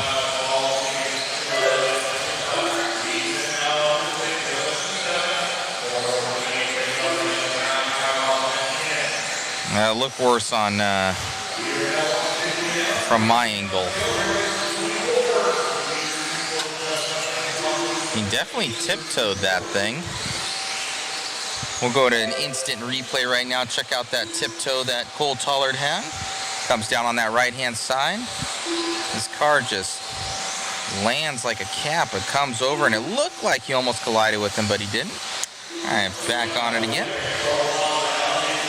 So Cole still in the lead of this one. Down that straightaway. Oh, Kaufman now goes to the lead and drops back to the number 2. So Cole's going to keep it, but Kaufman right nipping at his heels. He's also going to be in a TLR. Here for Aaron Kaufman. Probably one of the nicest families you'll meet. The Kaufmans. It's a whole family affair. Mama Kaufman, I'm sure. I don't think she's here. She would have come saying hi to me, but I'm sure she's watching at home. But Dad is here, and brothers. The brothers, I should say.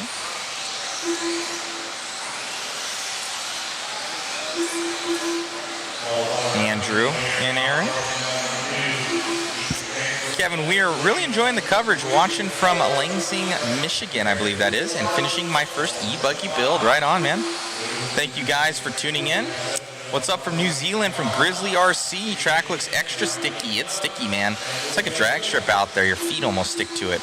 You see, CFT, he's channeling his inner airplane, getting over that thing, hoping that the little wheel flicks does him some due justice to get over that triple. That triple really hard for a lot of people. It's kind of the make or break. Here you have to set up right for it. It's right out of the apex of that corner. Here for Cole Tollard and Aaron Kaufman.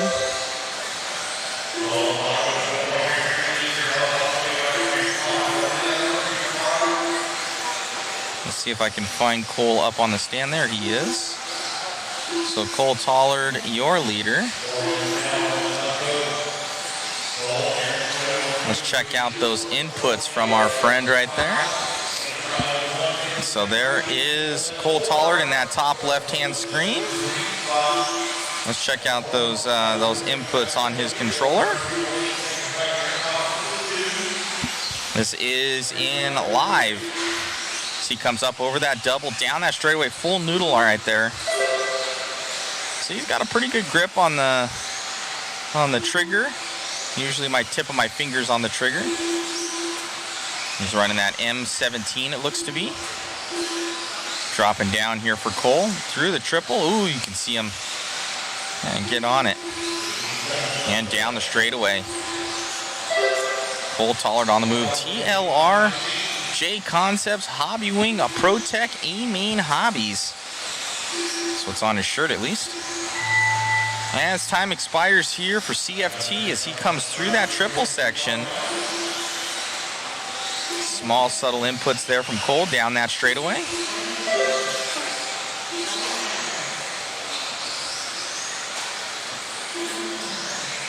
Looking good here for CFT.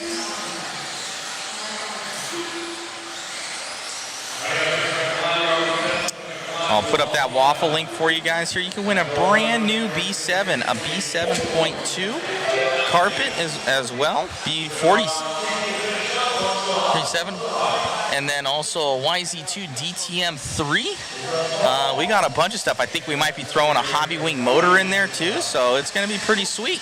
Alrighty, guys, we'll talk to you soon as we get with the big guys. Back to you, Shane. Yes, indeed. Big boys coming up, and we got Matty Gonzalez up here with us in the announcing booth for Hobby Wing. Let's see what he has to say. Big names in this one, so I had to run off real quick to ensure that I would not be focused on anything else other than this race as we get ready for a big one now. SXT Mod 2-wheel drive buggy heat 3 of 3, the fast boys out on track.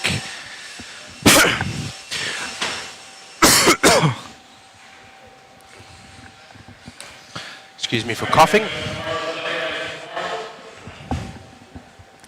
As we get ready for the big one there.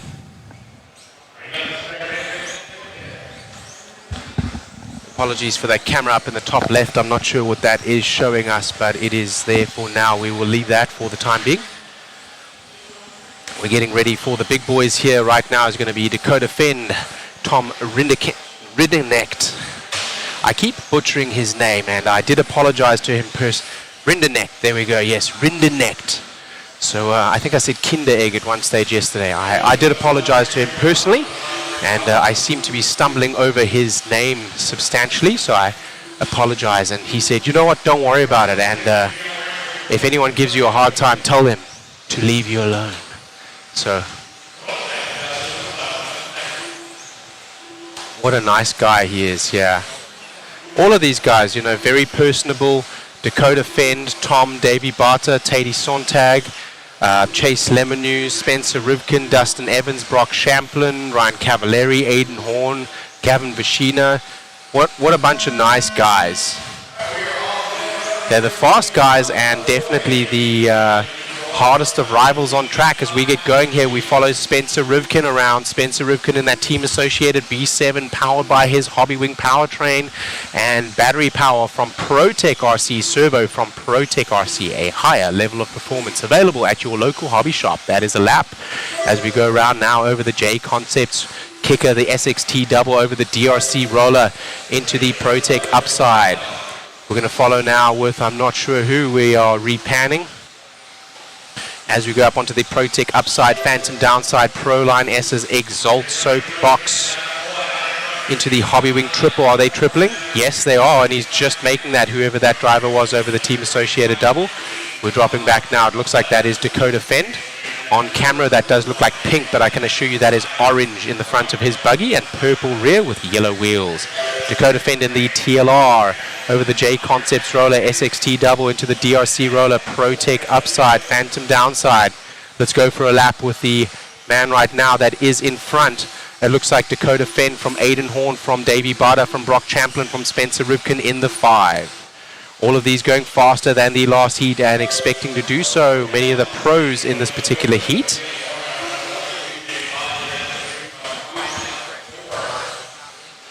We had some pros in the previous heat as well.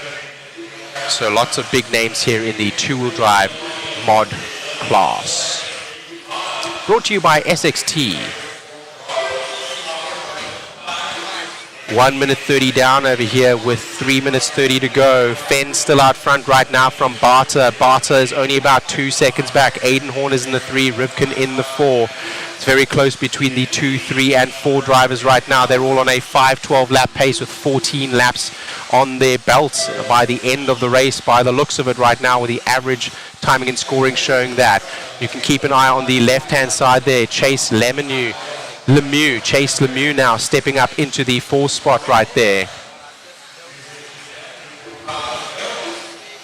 Dakota Fend still the one that we're following around. He is the one to watch, not only as he is the defending Clash of Champions champion, but also because he is in the lead right now. He is on a 15-lap pace. They're starting to go faster, and they're squeezing out some additional laps. Just gone up from a 14-lap pace a minute ago as they go down the Exalt Soapbox. Over a triple there, Dakota looking nice and clean over the triple, giving a little bit of a whip so as to set himself up for the next corner, and going through quite nice and quickly on that lap there. That last lap around was a 20.7. His fastest there was a 20.6. I think they did go faster yesterday, so maybe track conditions a little bit different, or maybe some other factors here in terms of setup or tires changing that we're not able to see or feel, but they certainly can. So still Fend from Horn, Brock Champlin now in the 3, Cole Tollard from the previous heat, faster than the others, Spencer Rivkin in the 5 overall, in the 4 in this race. Chase Lemieux now must have had a bobble, so he is down in the 5. He's lost a little bit of time as we continue to follow around our leader, Dakota Fend in the TLR. That's Dakota Fend there. Watch his inputs and how he drives. Watch his hands. We can all steal a little bit with our eyes and learn from this. Look at how smooth they are. We're not very aggressive, not letting the steering wheel go. very light inputs, trying to be as smooth as possible and carry as much speed through the track as possible. Looks like we've dropped back now on the camera to Aiden Horn. Aiden Horn, new team driver for A-Main Hobbies. Flip-flopping is Aiden Horn with Dakota Fenn, so back to Dakota Fenn right now. That is a 15-lap pace on 5:12 time, and a 15-lap pace for 5:13 time is Aiden Horn, so he's not far behind. They're going to keep flip-flopping as they go through. Let's see if Dakota can keep it nice and clean. One of the heats we saw a minute ago, he had a couple of errors, very uncharacteristic of Dakota Fenn. 2 corners there, just lifting his wheels up, and that's okay. Only going to lose, small shavings of tenths of a second there doing something like that, rather than touching the pipe that we did in the previous round. So looking like he is on rails again is Dakota Fenn. Aiden Horn, though, only 0.6 behind, and 1 second behind the leader is Brock Champlin. So Brock Champlin now making a move towards the point. Spencer Rivkin now is in the 4. Cole Tollard still holding on to that 5 spot overall for pace. Cole Tollard, a ProTech driver. ProTech, a higher level of performance. Look at how calm Dakota stays. And this is how we should all aspire to drive, so to speak, and hang on to the lead. Let's see if he can do that. As I said, myself, adrenaline does often get the best of me. My face starts wincing, my arms start tensing up, and my legs start shaking. Not so with the pros, much experience as well as just feeling nice and easy up on the driver's stand, and he has a commanding lead right now of about 1 second as the clock rolls out. Let's see what he brings to the line and if Aiden Horn has anything for him. Still Brock Champlin in the 3 and Spencer Rivkin in the 4 as they race to the line. Unexpected contact there from 2 of the drivers, and they just try to squeeze out as much performance as possible, especially on that last lap, knowing that they don't need to go into the next corner. They go even quicker than what they would normally do through that last stripe. Fenn from Aiden from Brock Champlin. Looks like we're going to get an interview with Dakota Fenn with Matthew Olson from Mod Live Media.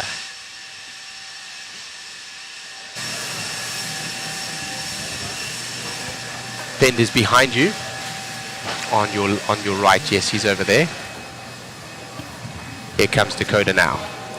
Amazing run out there, man. Seeming to figure out that 2-wheel drive. Yeah, car was good. It was good yesterday, too. I made a couple changes just to get a little bit easier to drive. I think it was a step in the right direction. I think the pace is definitely a lot faster today. We saw it in truck. My truck was good. I just absolutely sucked. So it was good to have a clean run and just not really have anything too crazy out there. Car got a little edgy there at the end, so probably throw some glue on the sidewalls and try to get a good round 3.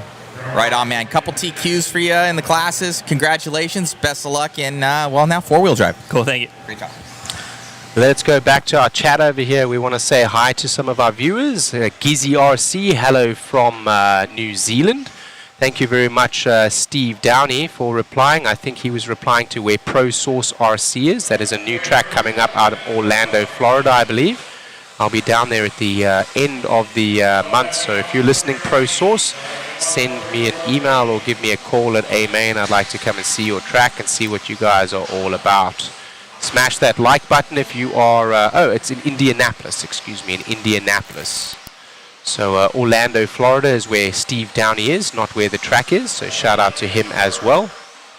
Let's have a look down here. Watching from Port Huron in Michigan. Home track is RC1, so another shout out. Thank you, that is super cool, man. We've got a photo printing booth here with Mod Media today, and they've been getting some really choice photographs. Has Jason Shuey, as we call him. He's our photographer here. You'll see him out on track every once in a while, and he'll be sitting on the ground taking photographs. Those are available online and will be shared on the Facebook pages, as well as can be printed out. $5 a photograph, and it comes in a little stand-up frame. So I've got a second one over here, which Matthew has very kindly gifted to me. Thank you so much. It's always nice to have a memento to take away from the race and to remember your experience by. Tyrone Robinson shouting out to the SoCal Tracks, Coyote Hobbies, Revelation Raceway. Coyote Hobbies, Dave Barter. Hello, Dave. Revelation Raceway. Let's give a shout out to Garen down there. Thunder Alley Raceway and the Drake Raceway, formerly known as Palm Desert RC. Qual RC Raceway on-road and Rain Man Hobbies, as well as the Dirt and SDRC. Very lucky down in SoCal to have access to all of those tracks, right? So absolutely great place to be if you are an RC or if you want to get into RC. SoCal is a great place for you to be.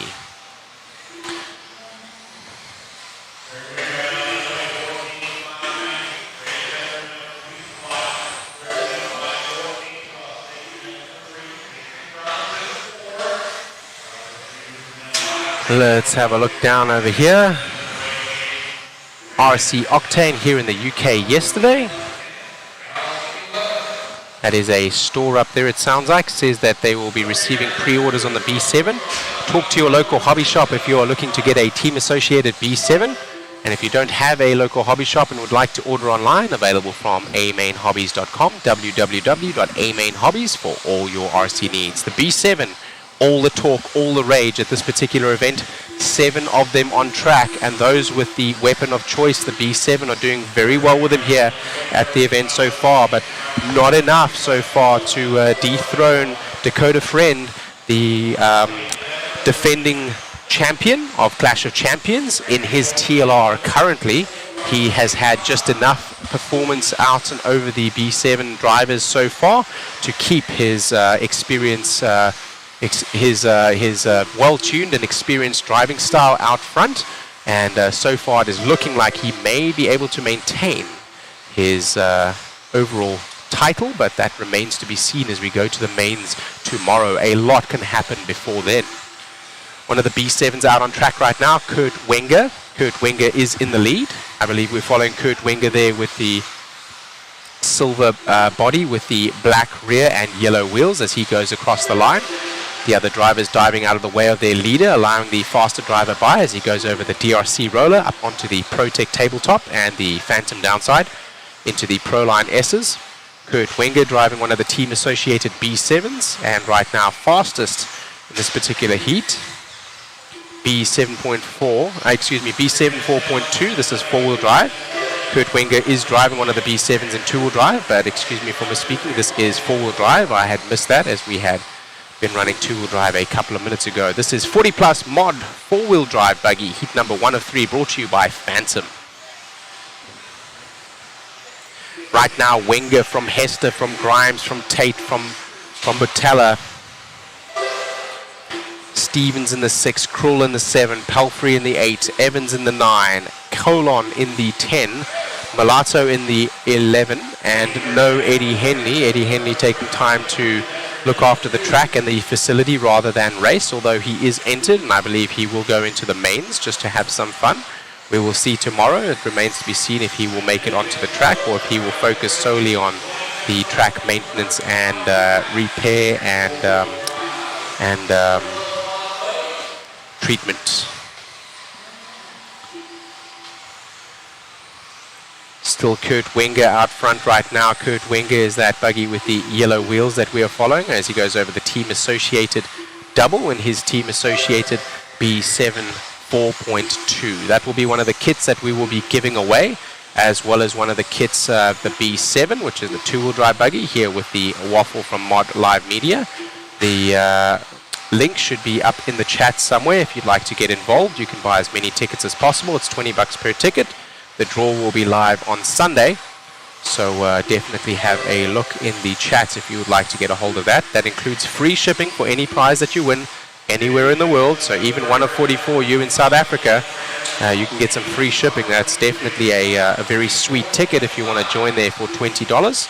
You can win more than one prize, provided you buy more than one ticket, of course. Each ticket can only be drawn once on the live draw. So if you want multiple chances to win these 10 to 15 awesome prizes that we have, which include several kits, do buy multiple tickets. Still Wenger right now from Hester, from Tate, from Stevens, from Grimes, from Botella, from Krull, from Palfrey, from Evans, from Colon, from Mulatto, and no Eddie Henley. So up front, not much change here in heat number 1 of 3, Mod 4-wheel drive buggy brought to you by Phantom. These are the 40 plus guys. So the denotation made for age and 40 plus. So This will be the end of that race as they come across the line. Wenger hangs on from Hester and Grimes.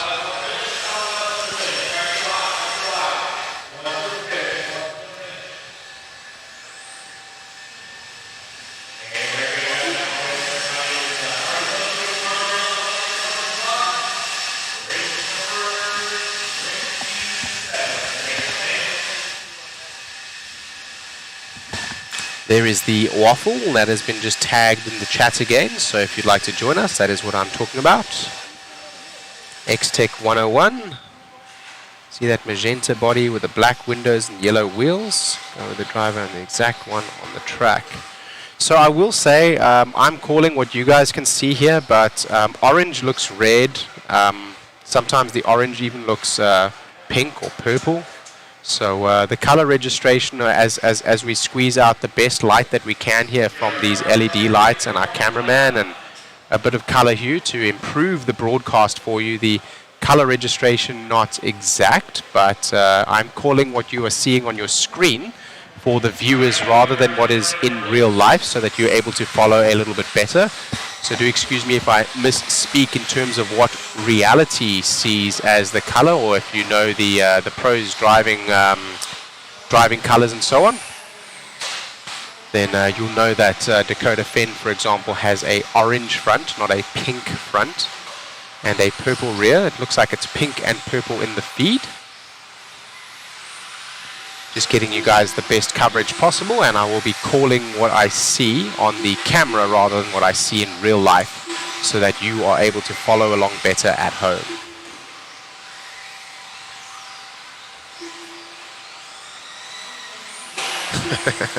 They even put candy in with your prizes. I've never won one of the prizes from one of the waffles, so that is pretty cool if they do that. It looks like Peter Renaud is saying here that they put some candy in with your prizes if you win something. Ricochet Raceway, shout out there from Slappo Mats. They're in El Centro, California. Ricochet Raceway. El Centro, California.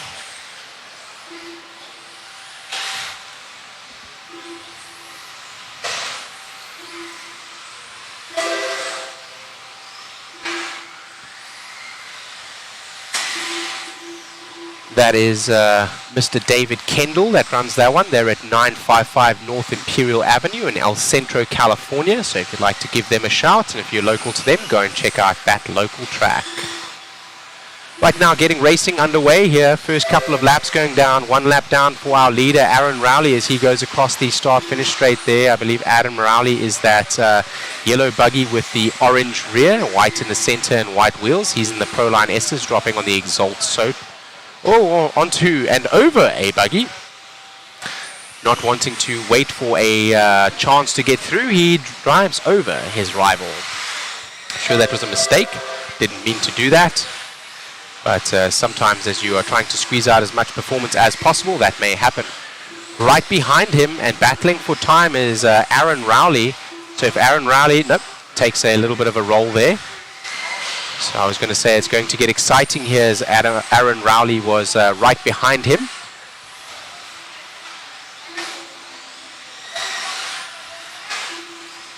Excellent, excellent.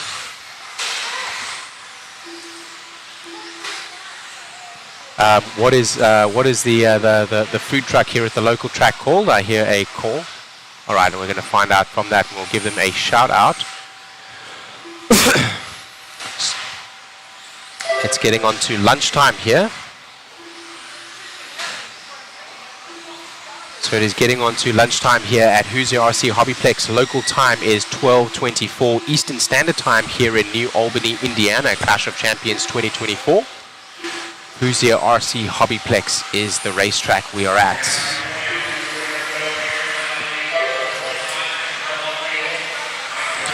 X-Tech 101. The camera is the color hue maybe is different. Like, for example, that orange that is on the back of that buggy that we're following now is an electric orange. It looks a little bit more orangey red. We're just trying to get the best color possible and the brightest color possible. Yeah, maybe some color adjustments have been made in order to do so. But with that being said, like I said, I'm just going to call it as I see it on the camera so that you're all able to follow a little bit better from home. Peter Renaud says he's won 3 times. Did you get candy in your prizes every single time? We'd like to know. I haven't won any prizes from Mod before. When they're shipped from Mod, you do. Sometimes they will buy something and cross-ship it from where they're going to get. For example, the B7 buggy is not in hand here with us, but may ship from Team Associated or even from A-Main Hobbies. So with that being said, if they receive the product first and then ship it out to you, Mod will throw some candy in there for you. A nice little touch. I love that. From TQ Chef, shout out to RC Excitement. RC Excitement up in Lynchburg, Mass. RC Excitement run by Todd Anderson and Toddy Anderson. Brilliant racetrack. Another TLR hotspot. If you are local to that racetrack, you'll know what I'm talking about. We've got Gemworks watching from California. Coyote Hobbies, I'm sure he knows Sammy Moran and Davey Barter being the local runners there, and the owner of the track, son, Davey Barter, the son of Dave Barter, also former pro racer.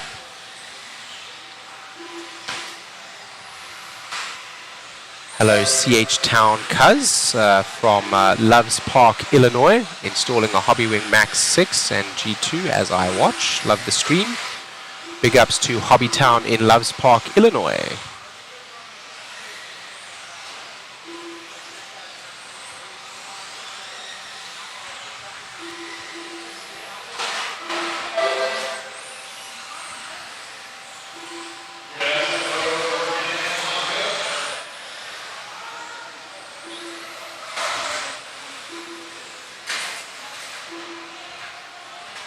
As we go back here, the clock is about to expire. Aaron Rowley is still out front right now. He's got the fastest lap and the fastest time as well. Although Kurt Wenger from the previous heat still able to hold on with more than 4 seconds in hand. So as the clock expires, I don't see 4 seconds being made up from Mr. Rowley. So it looks like Wenger is going to seed higher in the heats as they resort after this particular round. It will be a quicker resort than what we said yesterday. The resort yesterday was after seeding, and we needed to make sure that there weren't any conflicts. Race director, Mr. Lance MacDonald, is, I expect, going to be a little bit quicker on this one because he's already made sure that there aren't any racing conflicts as this race draws to a close, and we will have a resort in the next heats. That will allow Dakota Fend, after he had that break in seeding in heat number 4 yesterday. He will seed up, excuse me, not heat number 4, seeding heat number 1.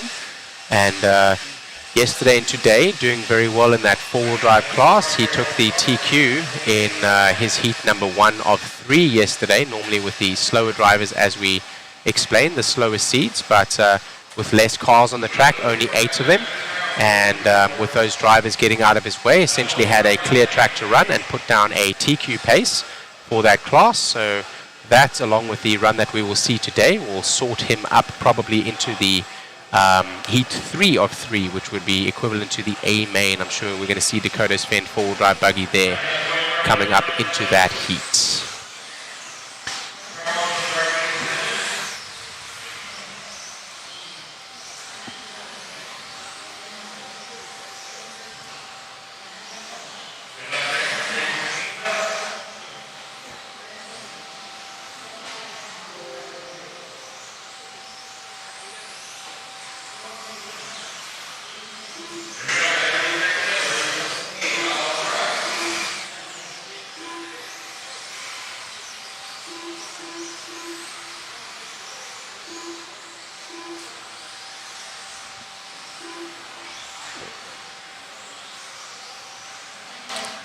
Alrighty, we get ready here for race number 28 of 40. This is 40 plus mod buggy 4-wheel drive. Heat 3 of 3. The faster guys are out there. Alan Horn, Brent Thielke, Brian Dunbar, Paul Ciccarello, Mike Mallet, Drew Spurgeon, Chris Fener, Jason Venita, Matt Sunderledge, Ashton Gabrowski, Dan Miles, Odus Christian, and Will Santiago. as we get racing here now. First laps are going to come in. We're going to let that timing and scoring settle.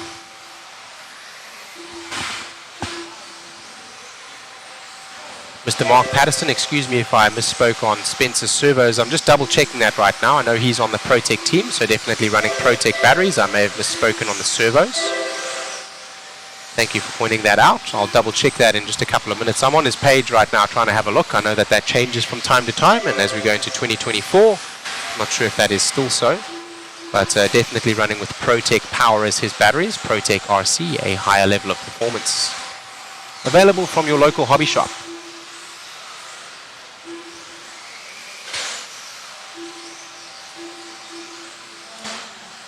Kyle Weir says he's giving a shout out to Hobby Action. Shout out to Larry Tom over at Hobby Action, owner and operator of that track there, recently hosting the Worlds. Exceptional coverage as well as exceptional racetrack also there, very well put together by Mr. Larry Tom. They did it very, very, very well, and it was a great spectacle to watch that race. Kyle Swanson is giving us a shout out at the track at Burlington Hobbies in Burlington, Wisconsin, as well as Trackside Hobbies and Raceway.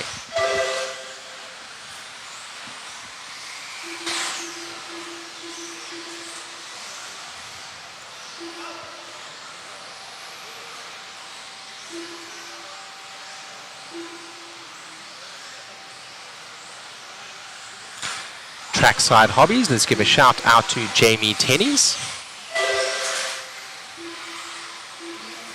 Trackside Hobbies is up in Brookfield, Wisconsin. They're over at 3635 North 124th Street. If you're local to Wisconsin, check them out. Right now we're going to follow around with Brian Dunbar as we're about 2 minutes down in this 5-minute heat. Brian Dunbar right now, he is coming to the point as he is putting together some consistency. His luck is stroking today as it was not yesterday. Also his electronics performing as he had a little bit of a failure with one of his motors causing a short circuit yesterday. A unfortunate issue there which rarely happens with electronics, but if this kind of stuff is going to happen, I can tell you now, as we've seen with many of the pros already, it always happens as your race starts. It never happens on like a practice lap or halfway through your run. That's not a good one. Always happens at the beginning of the run and is less than advantageous. Dunbar right now with a pretty fast best lap there, a 21.2, but Thilke now going faster with a 20.6 with the last one, a 20.9. So Thilke there now on the back, Team Associated driver with the B74.2. Coming over the Hobby Wing triple and over the Team Associated double onto the start-finish straightaway. He is in the pink and dark blue buggy with the white wheels. On camera, it looks pink. Maybe black in the back. Pink and black with the white wheels. Lovely move to the inside there. One of the drivers getting out of the way, and Brent Thilke getting through nice and quickly. This is our Team Associated team manager. So Thilke is definitely one of the ones that is helping to provide support not only for the drivers but also get support from the drivers, so knows the platform very well. And after taking a photograph with the Team Associated team as well as customers yesterday, he called out to all of the customers needing help with setup, needing help with their shocks, needing help with anything that they need to know about, to come over to the Team Associated team. As I said, these guys, some of the best guys you'll ever meet, and putting back into the hobby, understanding that they are at the highest level, but that in order for all of us to enjoy it, we may need some help with the setup. These cars are incredibly complex in their amount of setup. Still Thilke out front right now from Dunbar. So Thilke right now on a 14-lap pace over 5:01. Dunbar about 4 seconds back. A 14.504 if he stays on the same pace. Dunbar getting that consistency back today, and luck is with his luck is on his side. We had Drew Spurgeon in the 3, but he's ducked down now. Alan Horn is up in the 3, and Mike Mallet now. Kurt Wenger looks like he's going to sort to what will be the A main. He's got himself a fast enough time at a 13-lap pace at 5:01. Will he hang on to that? We'll see. Still Thilke right now from Dunbar, Horn and Mallet. Venair in the 5, Ciccarello in the 6. As we follow our leader Thilke as he's going over the ProTech tabletop down the Phantom downside in the Proline S's and the Exalt Soapbox over the Hobby Wing Triple. Another driver's just getting out of the way there, staying to the inside of the corner, letting Thielke by as he finishes his run. Dunbar able to squeeze out a 21 flat on one of his laps, but still not able to get into the 20s. Thielke able to squeeze off a couple of 20s there with his B7. The Yokomo of Dunbar in second place, and Alan Horn also in a team associated in 3. That was heat number, thank you very much, B74, yes, we are in four-wheel drive here. I am very enamored with the B7's arrival to the scene. So I am very, very excited to announce about that here at the debut of that two-wheel drive buggy. But this was four-wheel drive, of course. So we're going to an interview with Thielke as we pick that B7 4.2 up. Amazing run out there, man. You're coming up on these old guys, man. You're killing it in the 40-plus class. Man, it's tough out there in 40-plus with the four-wheel drives. We're all just trying to survive, and whether you're trying to lay down the fast laps or you're just trying to get around, it's pretty edgy out there. So, avoiding chaos, marshals, flipped cars, everything is really challenging in the four-wheel drive class. But happy to be running it. Don't really run much four-wheel drive, so it's fun to work with the team again and kind of learn the product a little bit more. Right on, buddy. Congratulations. Best of luck in the next one. Yeah, bring it on, Al. Q3, it's on. Good luck. He's calling him out. Let's see what Alan Horn can do about that in the next Q3 up there. So Brent Thielke there pointing out something that I've been alluding to a little bit earlier. Four-wheel drive is my favorite class to run, just simply because you can drive the car more aggressively. It is four-wheel drive, and generally they are a little bit faster. The stock class is set at a 13.5 turn limit rather than a 17.5 in the two-wheel drive. And him alluding to the fact there that he doesn't run it often, as well as the fact that it is a class that is less run than two-wheel drive. Two-wheel drive is the glory and is the most commonly run class. At most racetracks, you would be safe if you were running 10 scale to buy yourself a two-wheel drive buggy of some sort. Four-wheel drive is probably one of the next most popular, depending on where you are. Stadium truck maybe third. And then there are other classes all scattered out that take the fourth, fifth, and sixth spots. Often electric truggy, short course truck, maybe mini B, maybe stock class, maybe spec class. So there's a lot of variation as you go to different tracks. Contact your local hobby shop and see what they run. Get yourself set up. Let's get racing today and let's share the fun. So we get going here with heat number 1 of 4 for the 13.5 Independent Indy Buggy, brought to you by Team Associated. Peter Renaud is saying that there are some good raffle prizes in this one. Absolutely. We're giving away the two current Team Associated kits, being the B7 4.2 kit, which is the four-wheel drive kit. We're giving away a B7 kit. We're giving away a Nano Sport. We're giving away a YZ2 DTM3, as well as several other prizes. I think there will be 10 to 15 really great prizes. And if you'd like to win those, you can join us on the waffle. The link is pinned in one of the comments or is in the comments. So if you can find that, you are welcome to buy tickets there. $20 per ticket. Live draw on Sunday from Mod Live Media. Kevin Weir says he bought 2 waffles, so he will have 2 chances at those 10 prizes. You can only draw each waffle once, so if your ticket gets drawn, then then that ticket is up. If you would like more than one chance to win, you would need to buy more than one waffle, and you may buy as many waffles as you like. So come along and get those if you like them.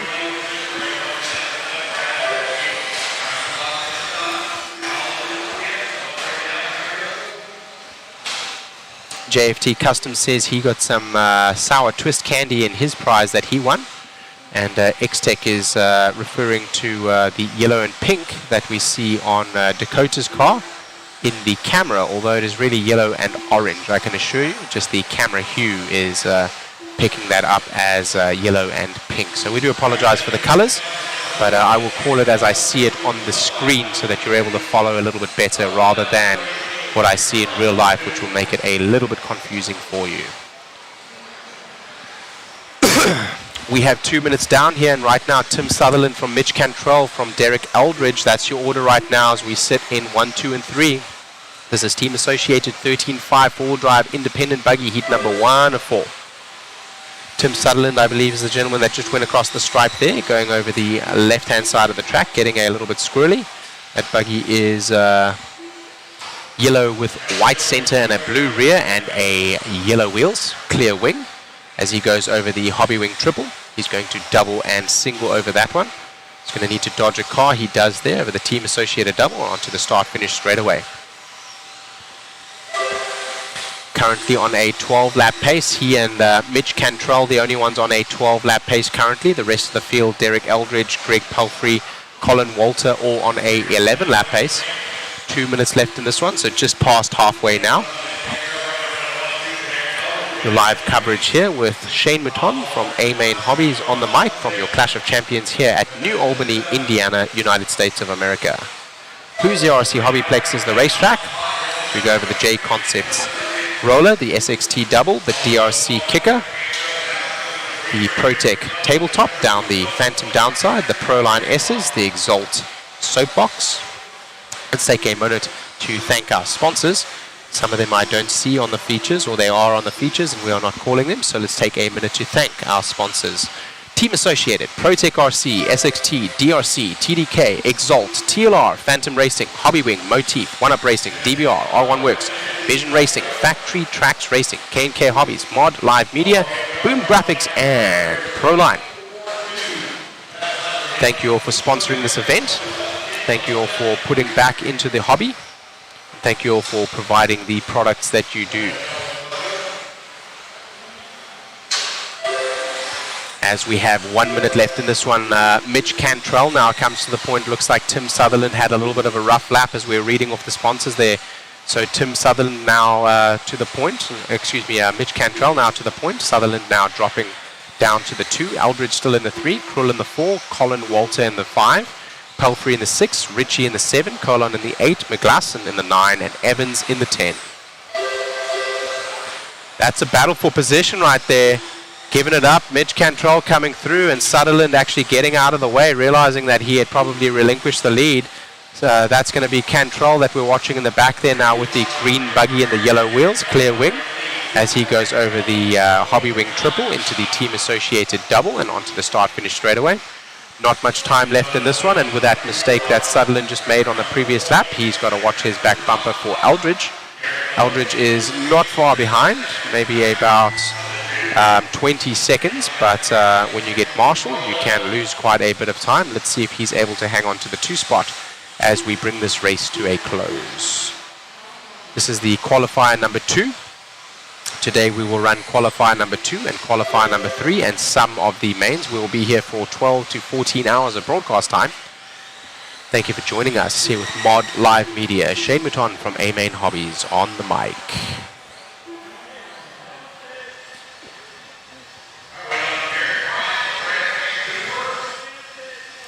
Michael Abraham asking over here, does this class require everyone to run the same tire? Can you provide some in-type? Watching from Virginia.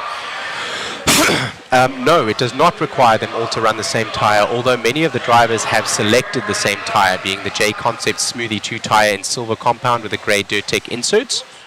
With that being said, we do see Proline rubber down here. Raw Speed is represented, as well as I believe I saw some Hot Race.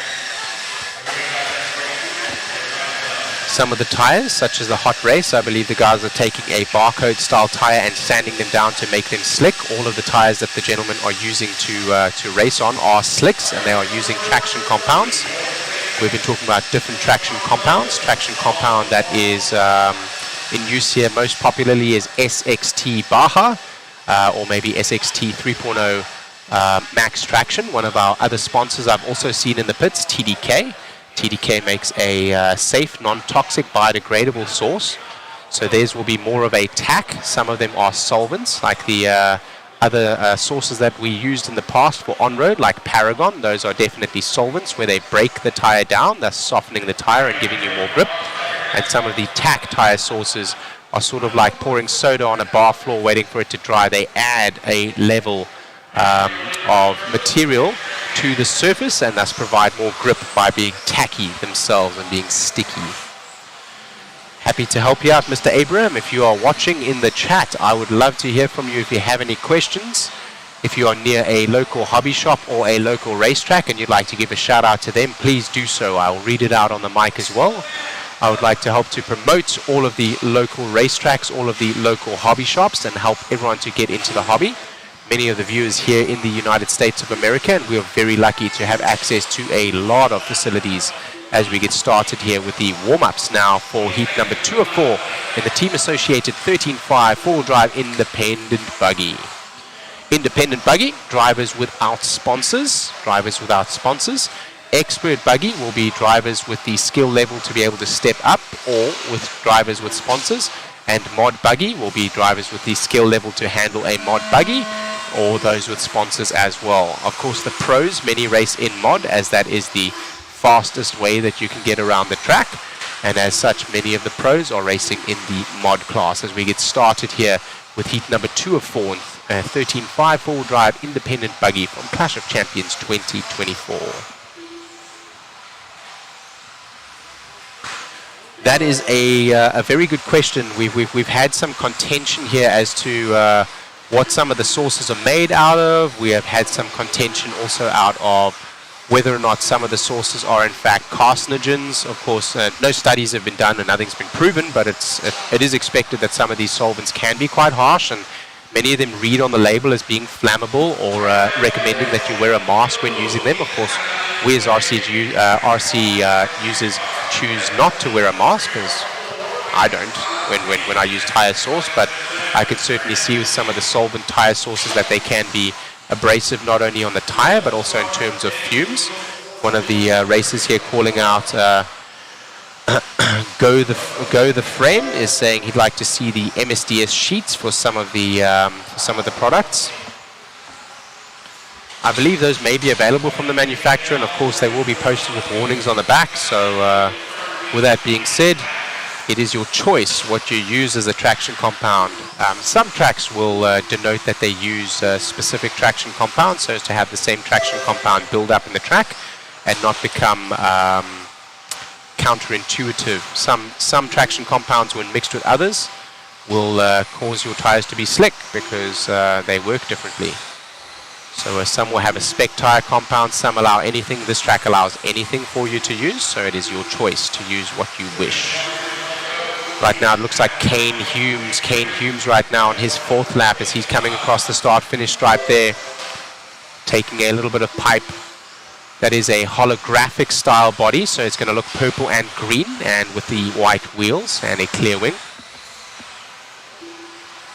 So we're following Kane Humes right now on a 13-lap pace, 1, 2, and 3, all on a 13-lap pace right now. That's going to be Kane Humes, Adam McCown, and Mike Hess. The rest of the field looking to be on a 12-lap pace. Only one racer, Bill Perry, having pulled his car at the beginning. It seems as though he had something wrong or broken with his car. He left the driver's stand.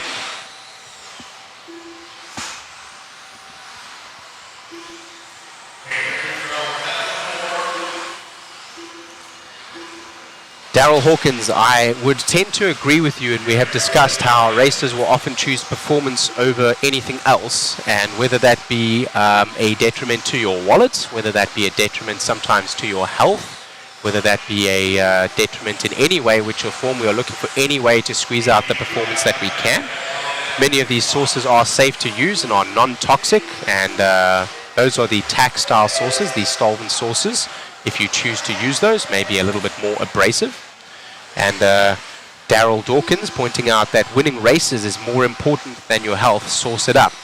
And I think many racers might agree with you on that in terms of we're looking for any competitive advantage that we can to get a win over our competition. Of course, within the rules and within reason, but more of a concern focused on performance based from the source than what we care about the health, although a good point made earlier about the MSDS sheets for safety as well as what is in the product, so we know what we are working with.